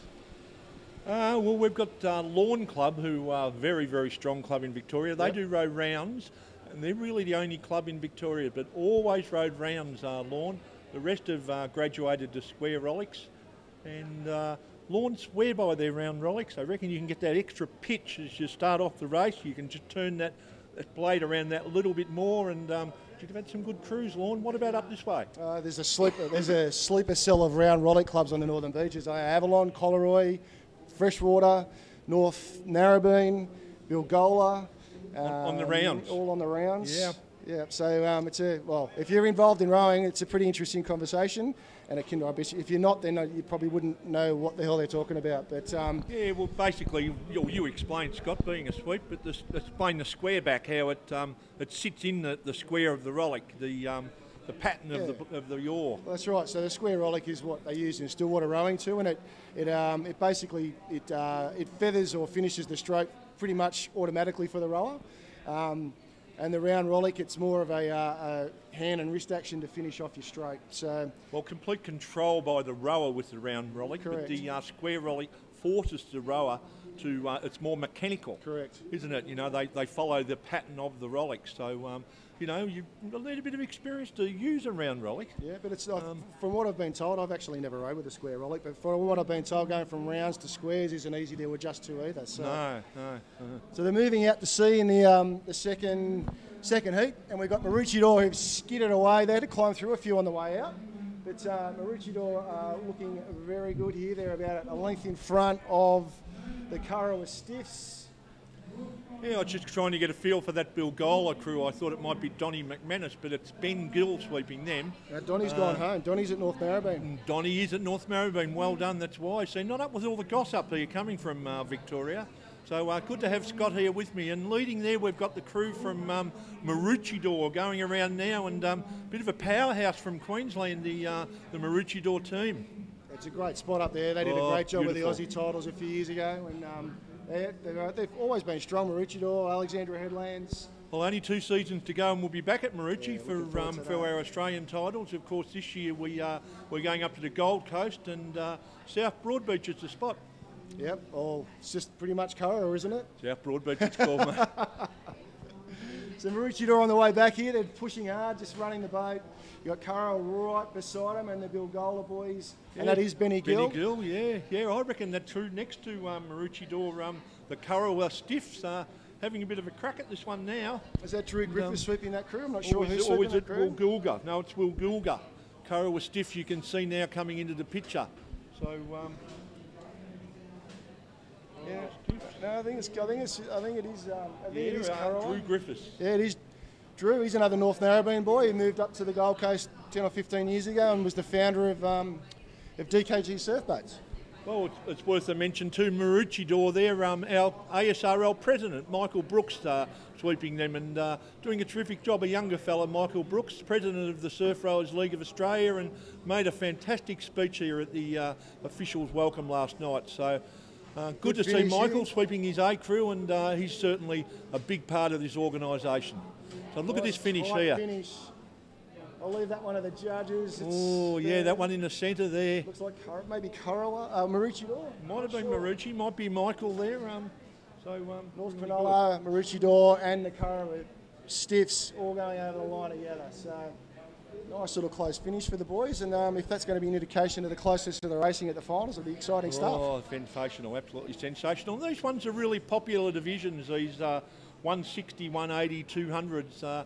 As we get up into the older age groups, of course, the number of crews drop off, which you would expect, I guess. You know. Yeah, I think it's great, and not everyone rows when they're 70. No, they don't. But like, I know at Freshie we've tried to encourage it more, and we've got a lot of good rowers from yesteryear who are still around the area, and we're trying to encourage them to come back. And it doesn't have to be too serious. Training a couple of times a week and getting in the boat and enjoying each other's company.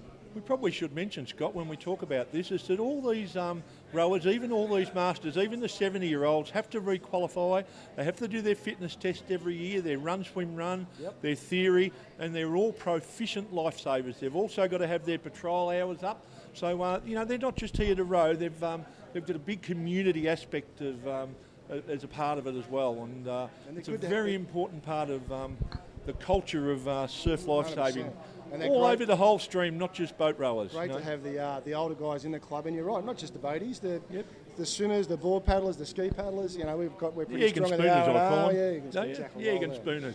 Yeah, They'll yeah, love that. yeah. They get 45 events they go in, and 45 and hand out events. the medals like they hand out lollies at a Christmas party. But, That's right. That's exactly right. Bag of lollies. Yeah. They don't like hearing that, though, do they? One serious event for us, open boat. That's you know, exactly or right. junior boat. One medal One for medal, everyone. That's it. Yeah.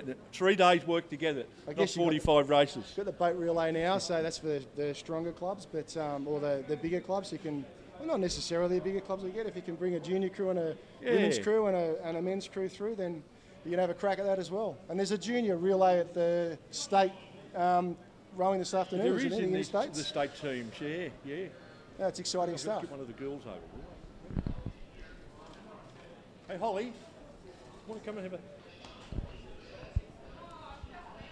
This is Holly. Jump in the middle there. She's dressed for it, right? Holly. Holly, there you go, Holly. Scott, nice to meet you. Scott. Welcome.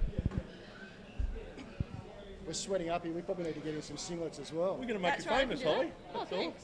Now, Holly's joined us. Holly Fowler from Torquay. She rows for the all-form crew, and the girls are all up here having a little bit of a break from the sun, so I've just grabbed Holly to come in, and you're racing this afternoon, Hol? Yes, Rod, we are racing this afternoon.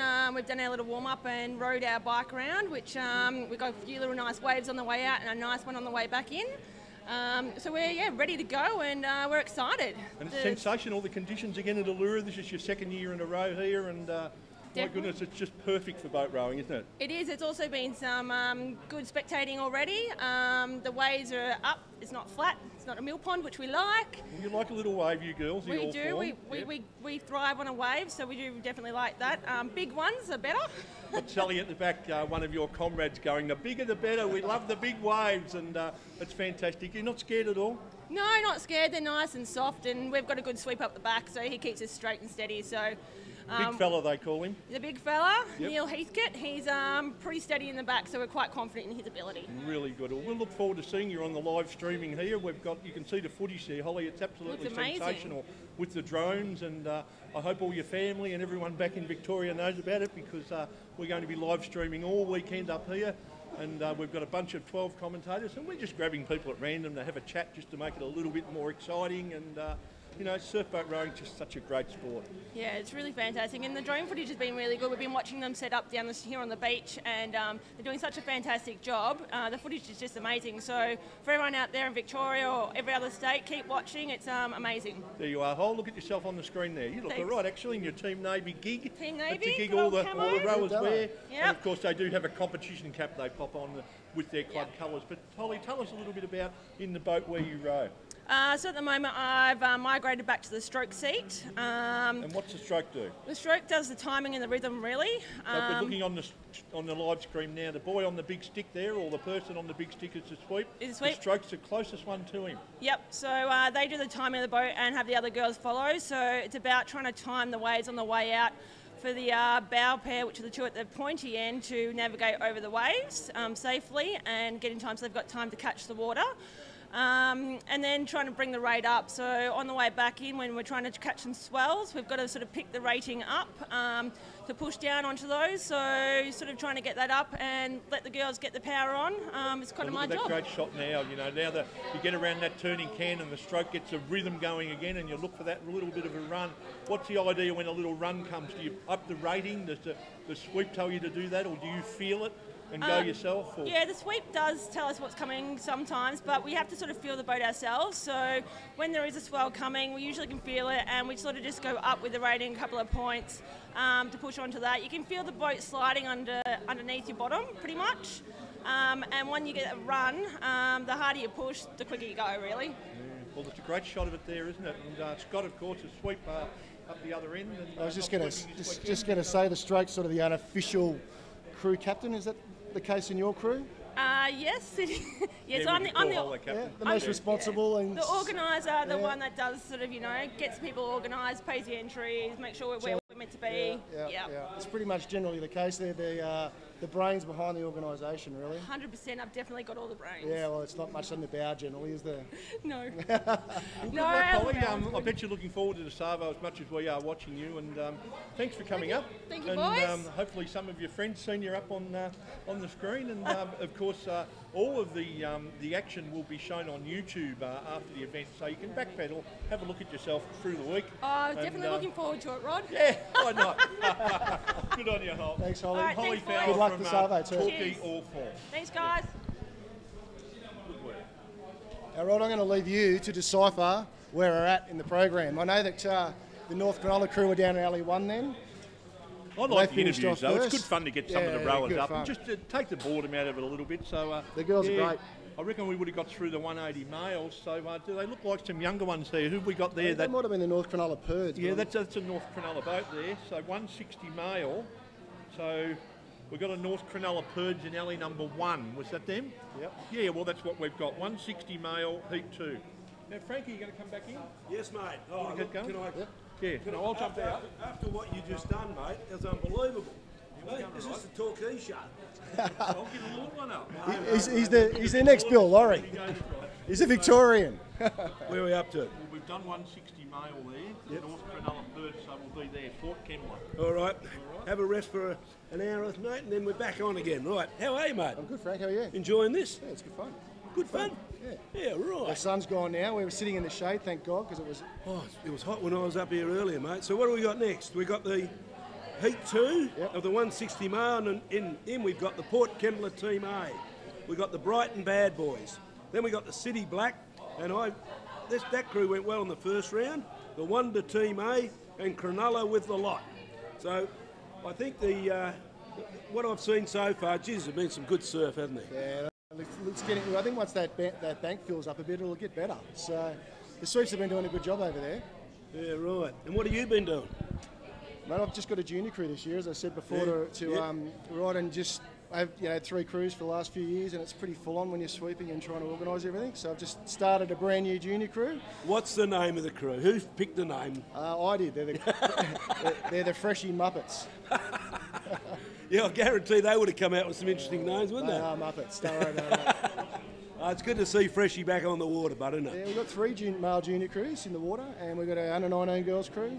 Hey, is Russell Lamb towing the boat these days or what? You know, after I saw him on the Nullarbor last year, unbelievable. I've never seen anything like it in my life. Never seen anything like it. For those that don't know, Russell's car broke down on the Nullarbor, and he actually he had to buy another car at Sejuna off Hocko for about 16 grand, and all of a sudden he's driving up looking for his boat at Eucla. It was just funny. Anyway, they're off, mate. They're off.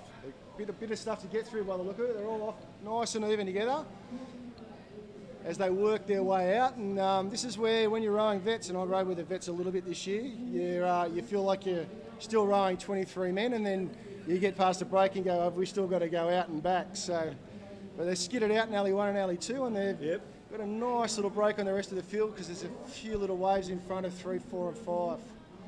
Yeah, it looks as though alleys 1 and 2 have really got got really nice rowing out there too. They're streaking away now. Alley 5 is in a bit of trouble. He's a little bit behind. Who's alley 5? Is Cronulla with a lot. There's some nice little swell lines. I know you can't really see it on the screen when they're focusing on the cruise, but when we look over the balcony, there's some nice little swell lines coming through too. So what a beautiful view from there, bud, isn't it? Unbelievable. The viewing from the drone too is just fantastic. You really get a good perspective of what the crews are doing in the boat when they're over the top of them, and you can pick the pieces, the turns for the crews and how wide the sweeps go. What's your call into the turn when you go? How far out do you tell the crew what you're doing? It's kind of funny. I rode at North Narrabeen with Donnie McManus. Yep. And I reckon if you put some of their old rowers in the boat with me, they go, you sound exactly the same as he did. I just say the same thing. So I usually give them a warning of about 5 or 6 strokes, so or even 10, you're working into it, and then when we get a couple out, I really get on them, and I say, some say boyo, some say turn. I just turn your boats. You just get used to a pattern of what you say, and the guys in your boat get used to it. It's quite funny when you take another crew, they sit there like stunned mullets because they're not used to what you're saying. So at this point in the race, you're coming out here. What are you telling them now? You really want to drive out of the can and sort of almost like a second start, you know, 6 or 7 real strong, quick strokes, and then you sort of work yourself back into like a little bit of a pattern and leave some time at the back of the stroke and start letting the boat do the work again. But the turn, it's crucial. And I mean, later in the day, tomorrow, when you watch that great crew from Bulli, they're like you can row with them on the way to sea. And when they hit the can, they're unbelievable on the way out. Look at this crew, looking good, doesn't it? Really good view of this crew. I tell you what, they are looking good. Port Kembla, isn't it? Yeah, they're driving away. There's a few little waves down Oh, the other here they end. come now behind. You can see the swell building. Are they good enough? I reckon alley two. No, through the gate cans, no. Port Kembla are going to get dudded here. I think they'll be fours on it. Here we go. Well, I'll tell you who's come up to is alley 4. They've done well. That looks like alley 4's the wonder. They've done well. They're a nice little fat wave too, just sitting in their seats. So the Port Kembla have done well here too. Driving to the beach, you're going to go over the line together. Nice view, isn't it? Nice view. Sweep's just saying, you see, he says, it's just easy oar, just sitting back and go to the line. Although the other crew, yeah, look at the line there. You can see what's... The other thing I've been told, and those people watching that are coming up to here, don't think when you go past the finishing stand you're finished. It's the camera. You got it. The camera line is different. So you got to row all the way to the beach. Some crews I've been told by the start of today, Elton told me that there's crews pulling up beforehand. So if you're watching this and you're rowing here today or tomorrow, make sure you go to the line on the beach, hit the sand. That's right. Don't stop until you get told to stop. Yeah. So we've got the next round now, mate. It's well, hopefully they're moving in order of well, I hope so. The program we've got, but we'll be able to tell when we see the boats coming out into the water anyway. Supposedly this is round 3, 160 female. So, well, he's down in here in alley 5 or 6, and we'll be able to tell if we're on the money. Yeah, that's not a mermaid boat. That's not a mermaid boat. So we'll work it out. You got years of experience at this, Frank. You should be all over it, mate. Yeah, right. I tell you now, especially when you can't see the names. Yeah, it makes it tough with the glare off the water. You got a lure in the middle.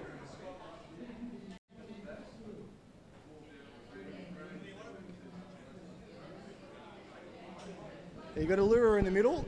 Lure. Yeah, so we need to find a heat with a lure in alley 3. A lure.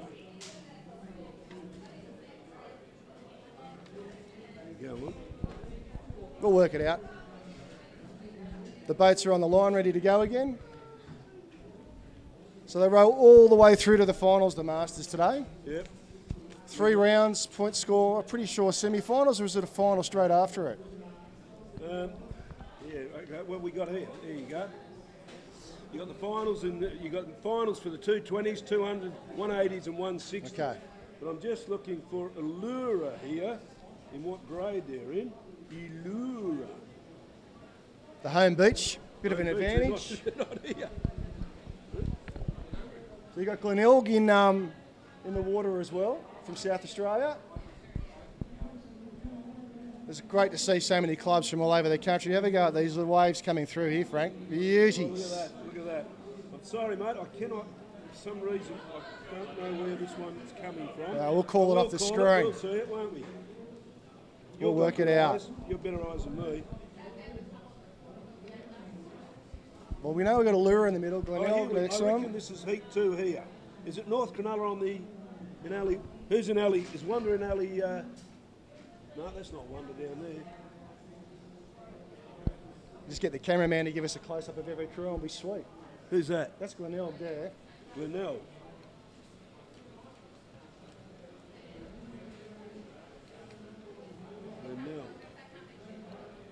But again, it can be, I'd say it'd be their boat. So Glenelg look like they're in alley 5.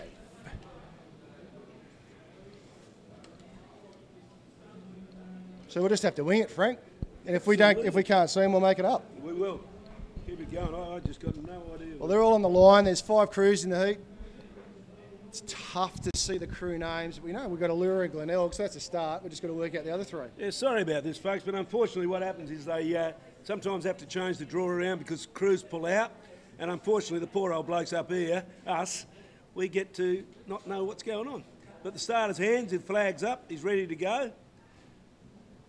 The drone's in the air, so hopefully he gets a little bit closer to the boats and we'll be able to give you a heads up about who's who in the zoo. Are they ready to go? There they go. They're away.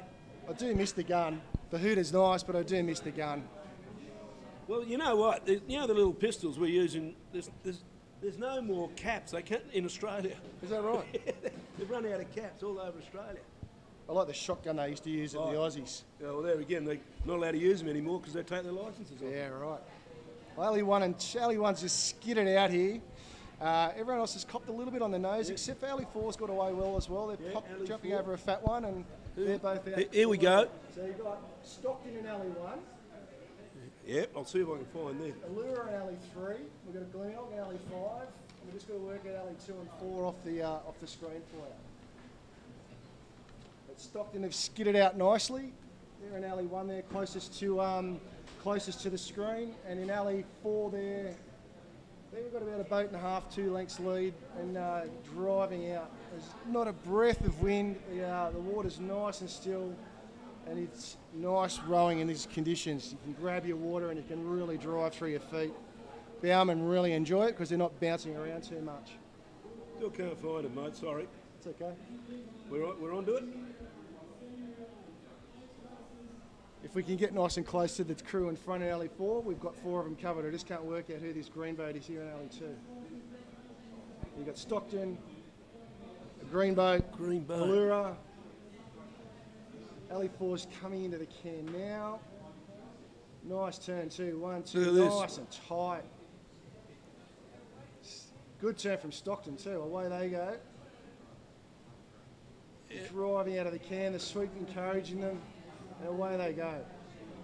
Is that Chugan in Ali? Is that Chugan? In the green boat? Yeah. Could be. Well, Chugan's colours. This crew in Ali 4 are absolutely look at flying, aren't they?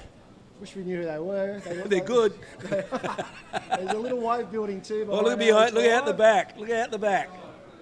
Here we go. I'll tell you what, Stockton and the other crew. I'll tell you what, they're going well. Here they come. Stockton, they've got it moving Stockton, well, got it going. Big Callum on the sweep ball. It's got to hold it. Look at the run. They're going to get this, I think. They're going to pop Look at that. Through the gate cans. Thank you very much, sir. Happy days. Still working hard for it, though. Not over it yet. Come on, Callum. Well rest them. You've got it. A bit of a late takeoff here up at the in Ali 4 too. Yeah. Well, they come through now. Ali 2. Geez, it's a nice wave at this beach. Just holds the swell so well. Hold it there. Yeah. Well done, Stockton. Well done. They've done well there. It's good 2 or 3 lengths behind. Love to know what age group they are.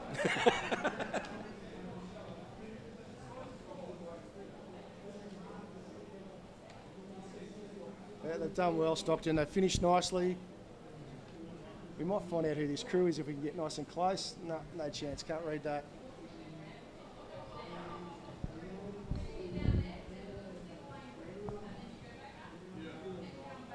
And Glenelg finishing it off with Allura. So, everyone back safely. Good to see. Safely, it's all done and dusted, that one.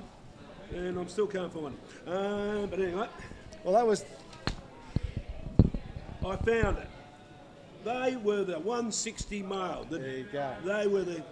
For some reason, that was heat 1, round 2. Anyway, we'll see what comes up now. So we've got to be going... Port, we think... No, City Black have already been, so they're done.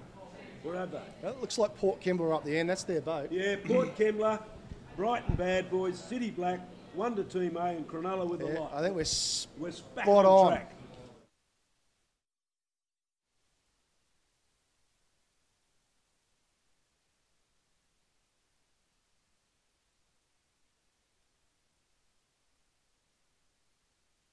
Just been informed. This is called bait. Oh, we're not on. Aaron's taken over. Aaron's Bates Bay. Yeah.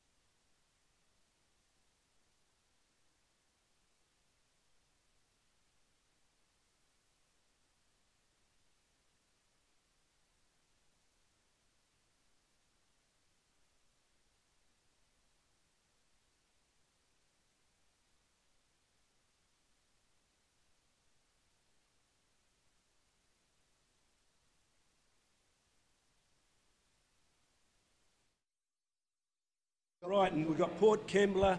Brighton is in alley 2, but the City Black out there in the Ostermere boat, they're going really well. Good Lord. Yeah, they've gone really well. And wonder the rest of the team. I don't know what happened to alley the Port Kembla boys. Where are they? They got whacked a bit on the way out. Oh, they're way behind, aren't they? Yeah. So I see that. But no, the City boys are really firing now.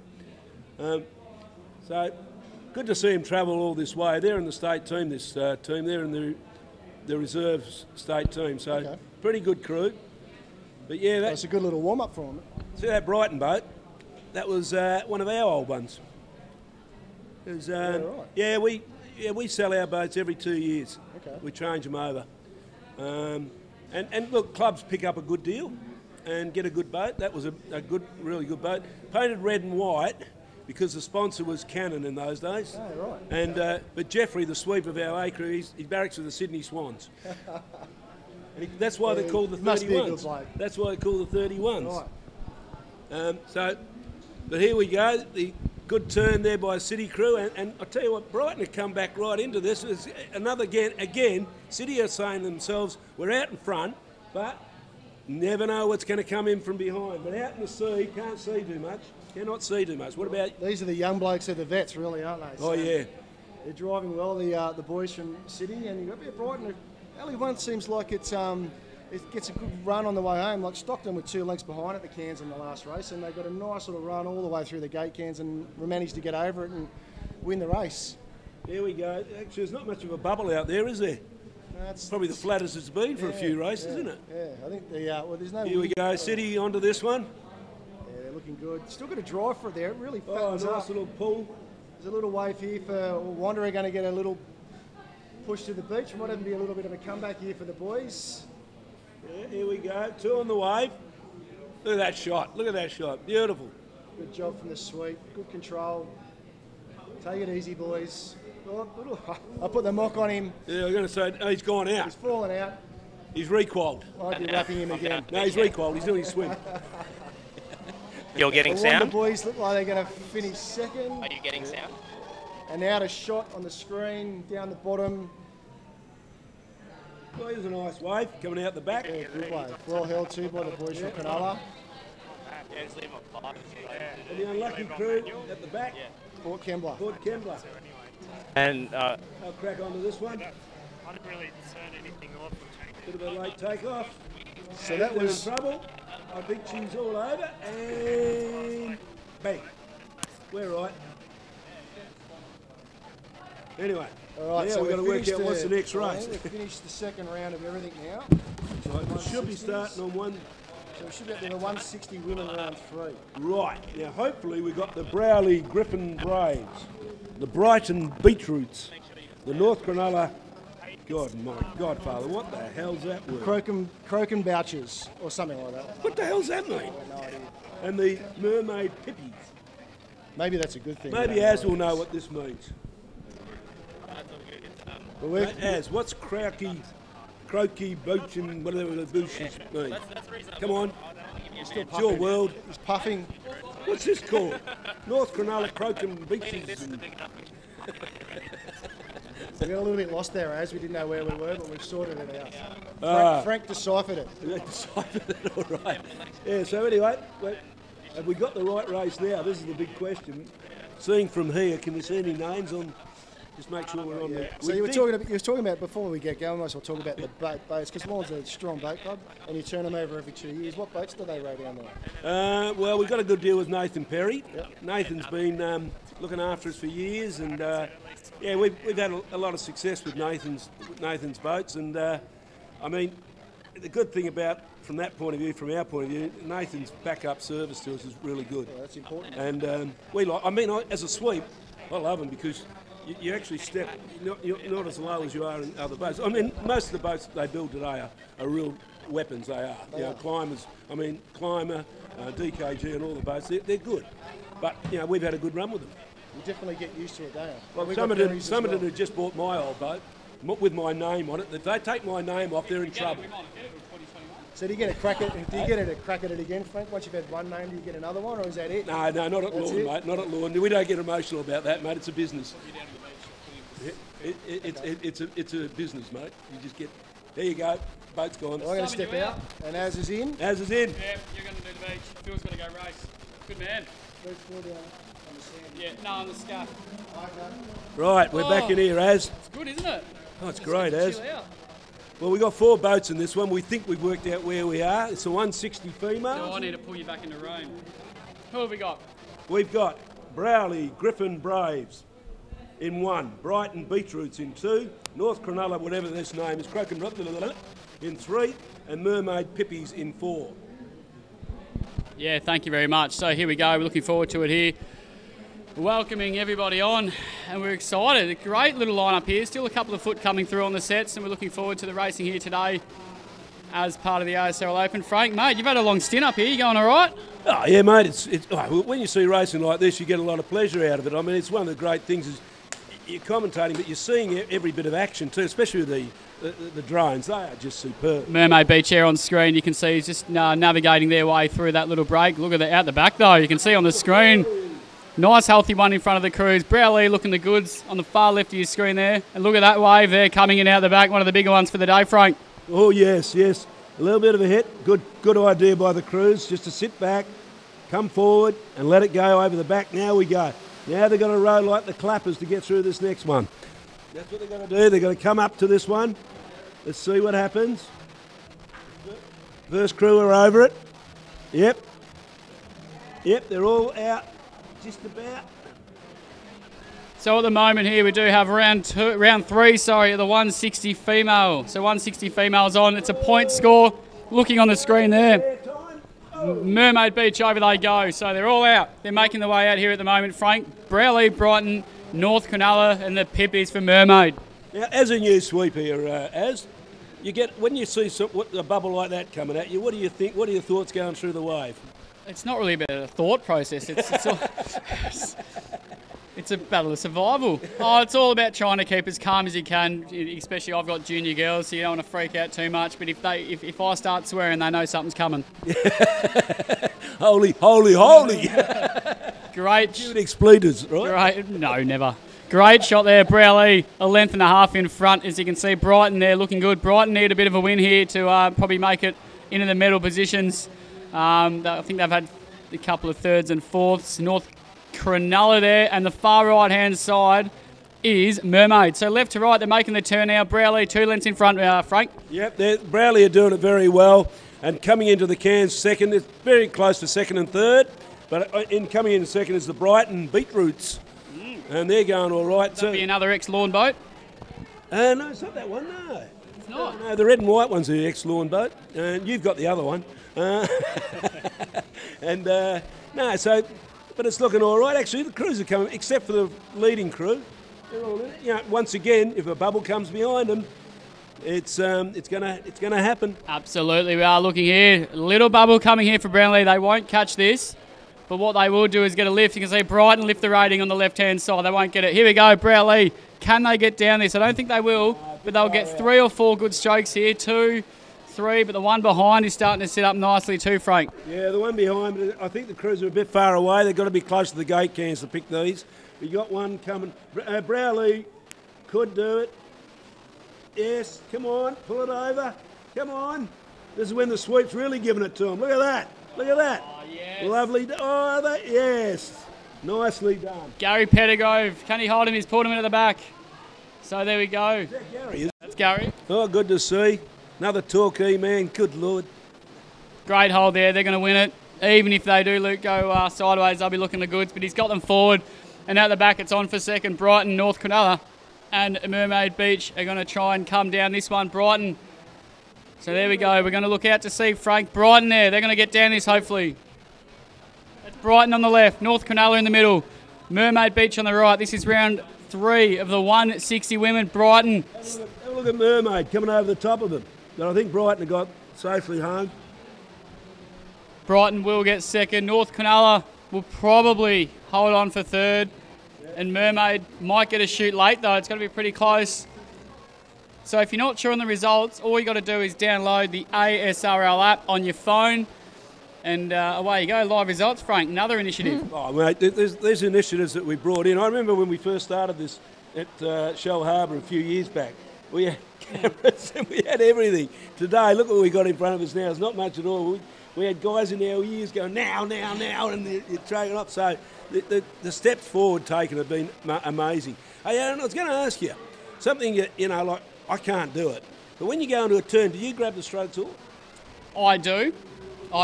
So I'm, I guess, a left-handed sweep, so I can just kick my oar out to the side and help grab it.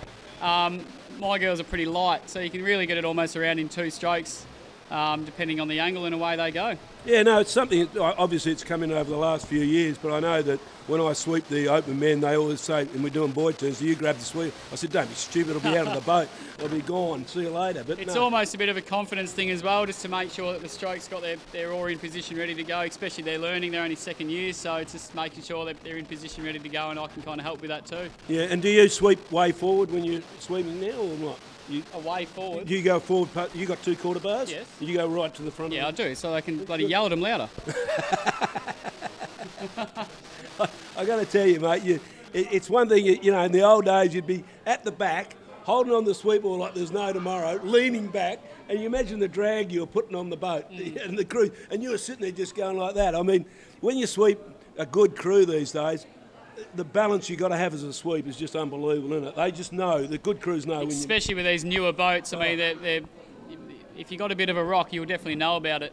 Yeah. So now we think this is the 180, 200 feet. We don't think, we know. We know. Rusty 200s Warwood, that'll be Russell Lamb there in alley number 1, number 2, left to right on your screen. Avalon Beach Antiques, DB 180s in 3, Bateman's Bay Phoenix in 4. They're all going to win a medal here. Yeah, they do. Just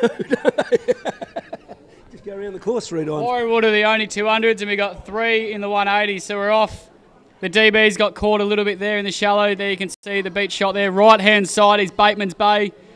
The Avalon's in the middle. A little bit of a wave coming here on the right-hand side, Frank. A little bit of a wave, and they're not going fast. They're not going fast. Well, they've just got over it nicely. There's another one coming. So they need to put the power on, Bateman's Bay. And look, sorry, that's, here we go. That is Bateman's Bay that just got hit hard there on screen, and there's another one coming. So the sweep really needs to straighten up on the left-hand side. You can't see it on screen, but they're out. DBs get hit. Bateman's Bay again. Look at the set coming through now. Going up over it at DBs. Oh, they're in trouble now. They're in trouble. Avalon. Bateman's Bay. Yeah, but Avalon also. Oh, no, they're over it. Bit of air time. Here comes Bateman's Bay. They're trying to get out now. Come on. Put the oar in the water and pull hard. That's the way the sweep will be saying. Get me going. Yeah, it is looking at the goods here. We're really looking forward to the afternoon session with the reserve starting here in 8 or 9 hours straight on the live stream today. Geez, you wouldn't get much work done today, would you, on a Friday? Oh, no, mate, no, absolutely. Any day, really. Any day. No, you can't do that. You've got to have a life these days. Oh, that's right. So we are making their way out to see. There's still some lines coming through. Poor old Bateman's Bay. It's a decent one. Yeah, I'll get a bit of air time. And the bow girl goes, ow. So the point score, we don't have it in front of us. We get the ASRL app if you do want to check out the live point score. So this is the 180-200 combined women. It's 3 rounds on points. And at the moment, what worry would Rusties? The Rusties are out in the oldest crew. Yeah, they are in this one. The Warwood Rusties are out probably equal with the Antiques. You can see the Antiques are probably a length in front on the turn there. So there you go. They grabbed the sweep oar, the stroke oar. You can see. They both did. There you go. There you go. All right. Not lucky I gave it away. I wouldn't be doing that. No way. Oh, here we go. So great shot there. So alley number 2 is the Avalon Beach Antique 180s. The Warwood Rusties right next to them. So we just had a little set come through. So unfortunately, I think it's going to be pretty flat for the way home, Frank. Yeah, it's going to be very flat, I'd say. And these poor people got to row all the way. They've been bounced on the way out. Now they've got to row all the way home. Do you know what? This is their last race. And you know what that means after this. Well, they'll be joining us up here. You frothies in the bar, will there be? There's a nice... Have you seen the outdoor bar they got here? Oh, mate, it's just so good, isn't it? Hawaiian-style bar. Look at this shot. This is how good it is. So that closest to screen is Warwood. Russell Lamb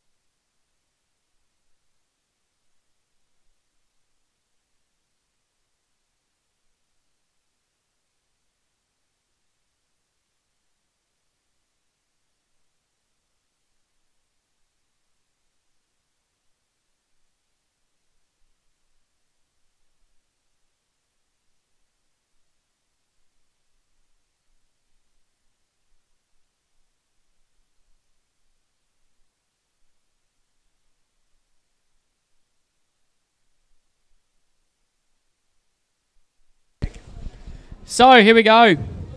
The 160 males, the finalists. At the moment, we've got the 240 260s. The 160 male finalists. City Black, Dicky Flashback, Stockton Dad Bods. Stockton Dad Bods, hey? That's a good one. Brighton Bad Boys, Allura, Glenelg and Wanda. On the app, they're the ones getting through. In the 180 male, the finalists for the 2019 ASRL Open. Oh, and they've snuck in two. In sixth place, Somerton, the originals. Stop it. How's this for a throwback in third? Jan Juck. Tomo. Good. Tomo's out there.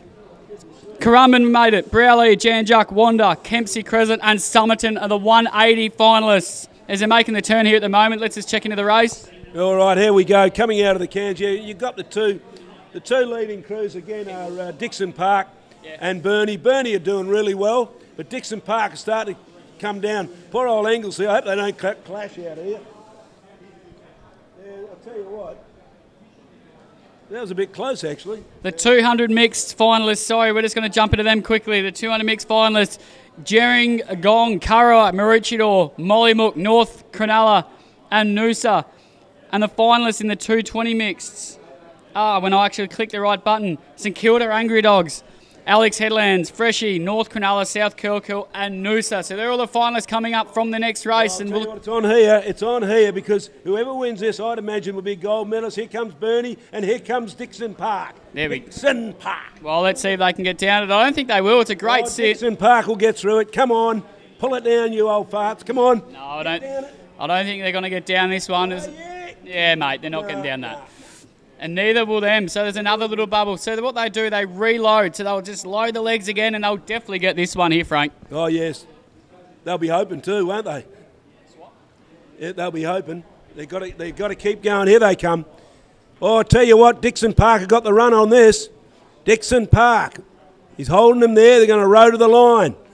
It's pretty tough for 240s to row to the line. Here they go, the throw. Burnie are holding back. I tell you what, Burnie have just got a little bit of a run on it. You've got a bit of a shoot. Look at this. How close is that, Rod? Oh, that's right on the line, Frank. And goodness me, we'll let the line judges on that one, mate. But what have we got here? A final, is it? Well, I'd imagine it would be because the last round, so I don't know who won the first two, but I'd imagine that we have the 240s and the 260s in combined. Yeah, well, they'll be doing points over 3 rounds, so yeah. Poor old Angles here, they come. Had a bad start, but they're finished.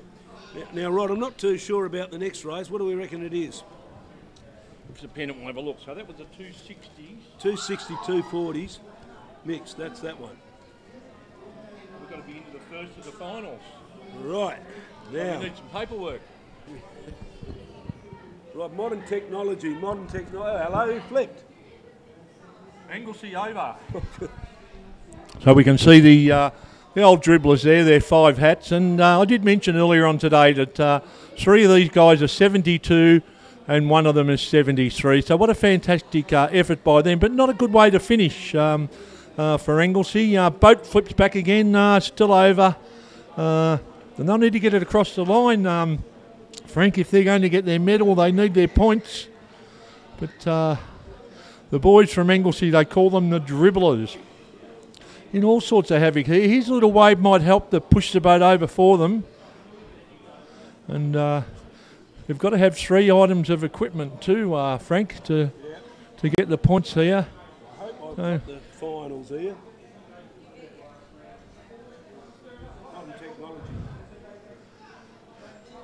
Yeah, so the boys are just going to try. It's important you don't get on the beach side of that boat where one of the guys is going. If a wave comes, it'll wash the boat onto you, so you've just got to be ever so careful.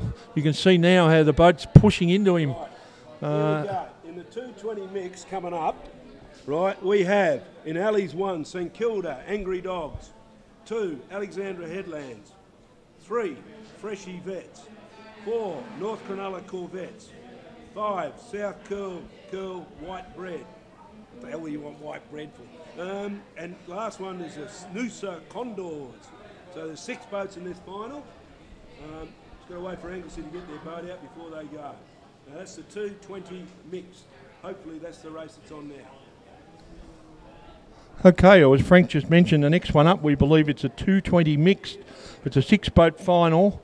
we've got St Kilda in alley 1, Alexandra Headlands in 2, Freshwater in 3, North Cronulla in 4, South Curl in 5, and Noosa in 6. So that's the first of our finals in the Masters. We've got 4 finals for you: the 220 mix, the 200 mix, the 180 male, and the 160 male.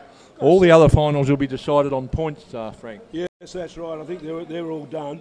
Tell you what, St Kilda Angry Dogs, they've won this a few times, haven't they? Yeah, the doggies have been round, it must be 12 years now. And you can see the St Kilda boat on the beach there, and they're certainly getting ready for this one. We've got them down at alley number 1, so... Yeah, I was going to say, they're at the wrong end of the beach, aren't they? Yeah, they'll need to move their boat along. No, they're starting... So we'll just get a bit of a better picture for it as the boats do come down. Oh, sorry, that's not the actual alleys they get, that's just who's in the race. That's who's in the race, is it? Yeah, that's the point score. So Frank's got them in order of points. So the highest 6 point scorers have gone into the final. Yeah. So St Kilda wouldn't have finished top of the table then? Yeah, well, you did say, Frank, that they're going well. So I can see St Kilda there on the beach. They're in alley number 6, so let's put a 6 next to them. What have we got? Who have we got over in alley number 1? Noosa, I think. Just a screen, he's given us a bit of a look there. You can see Noosa Heads there on screen.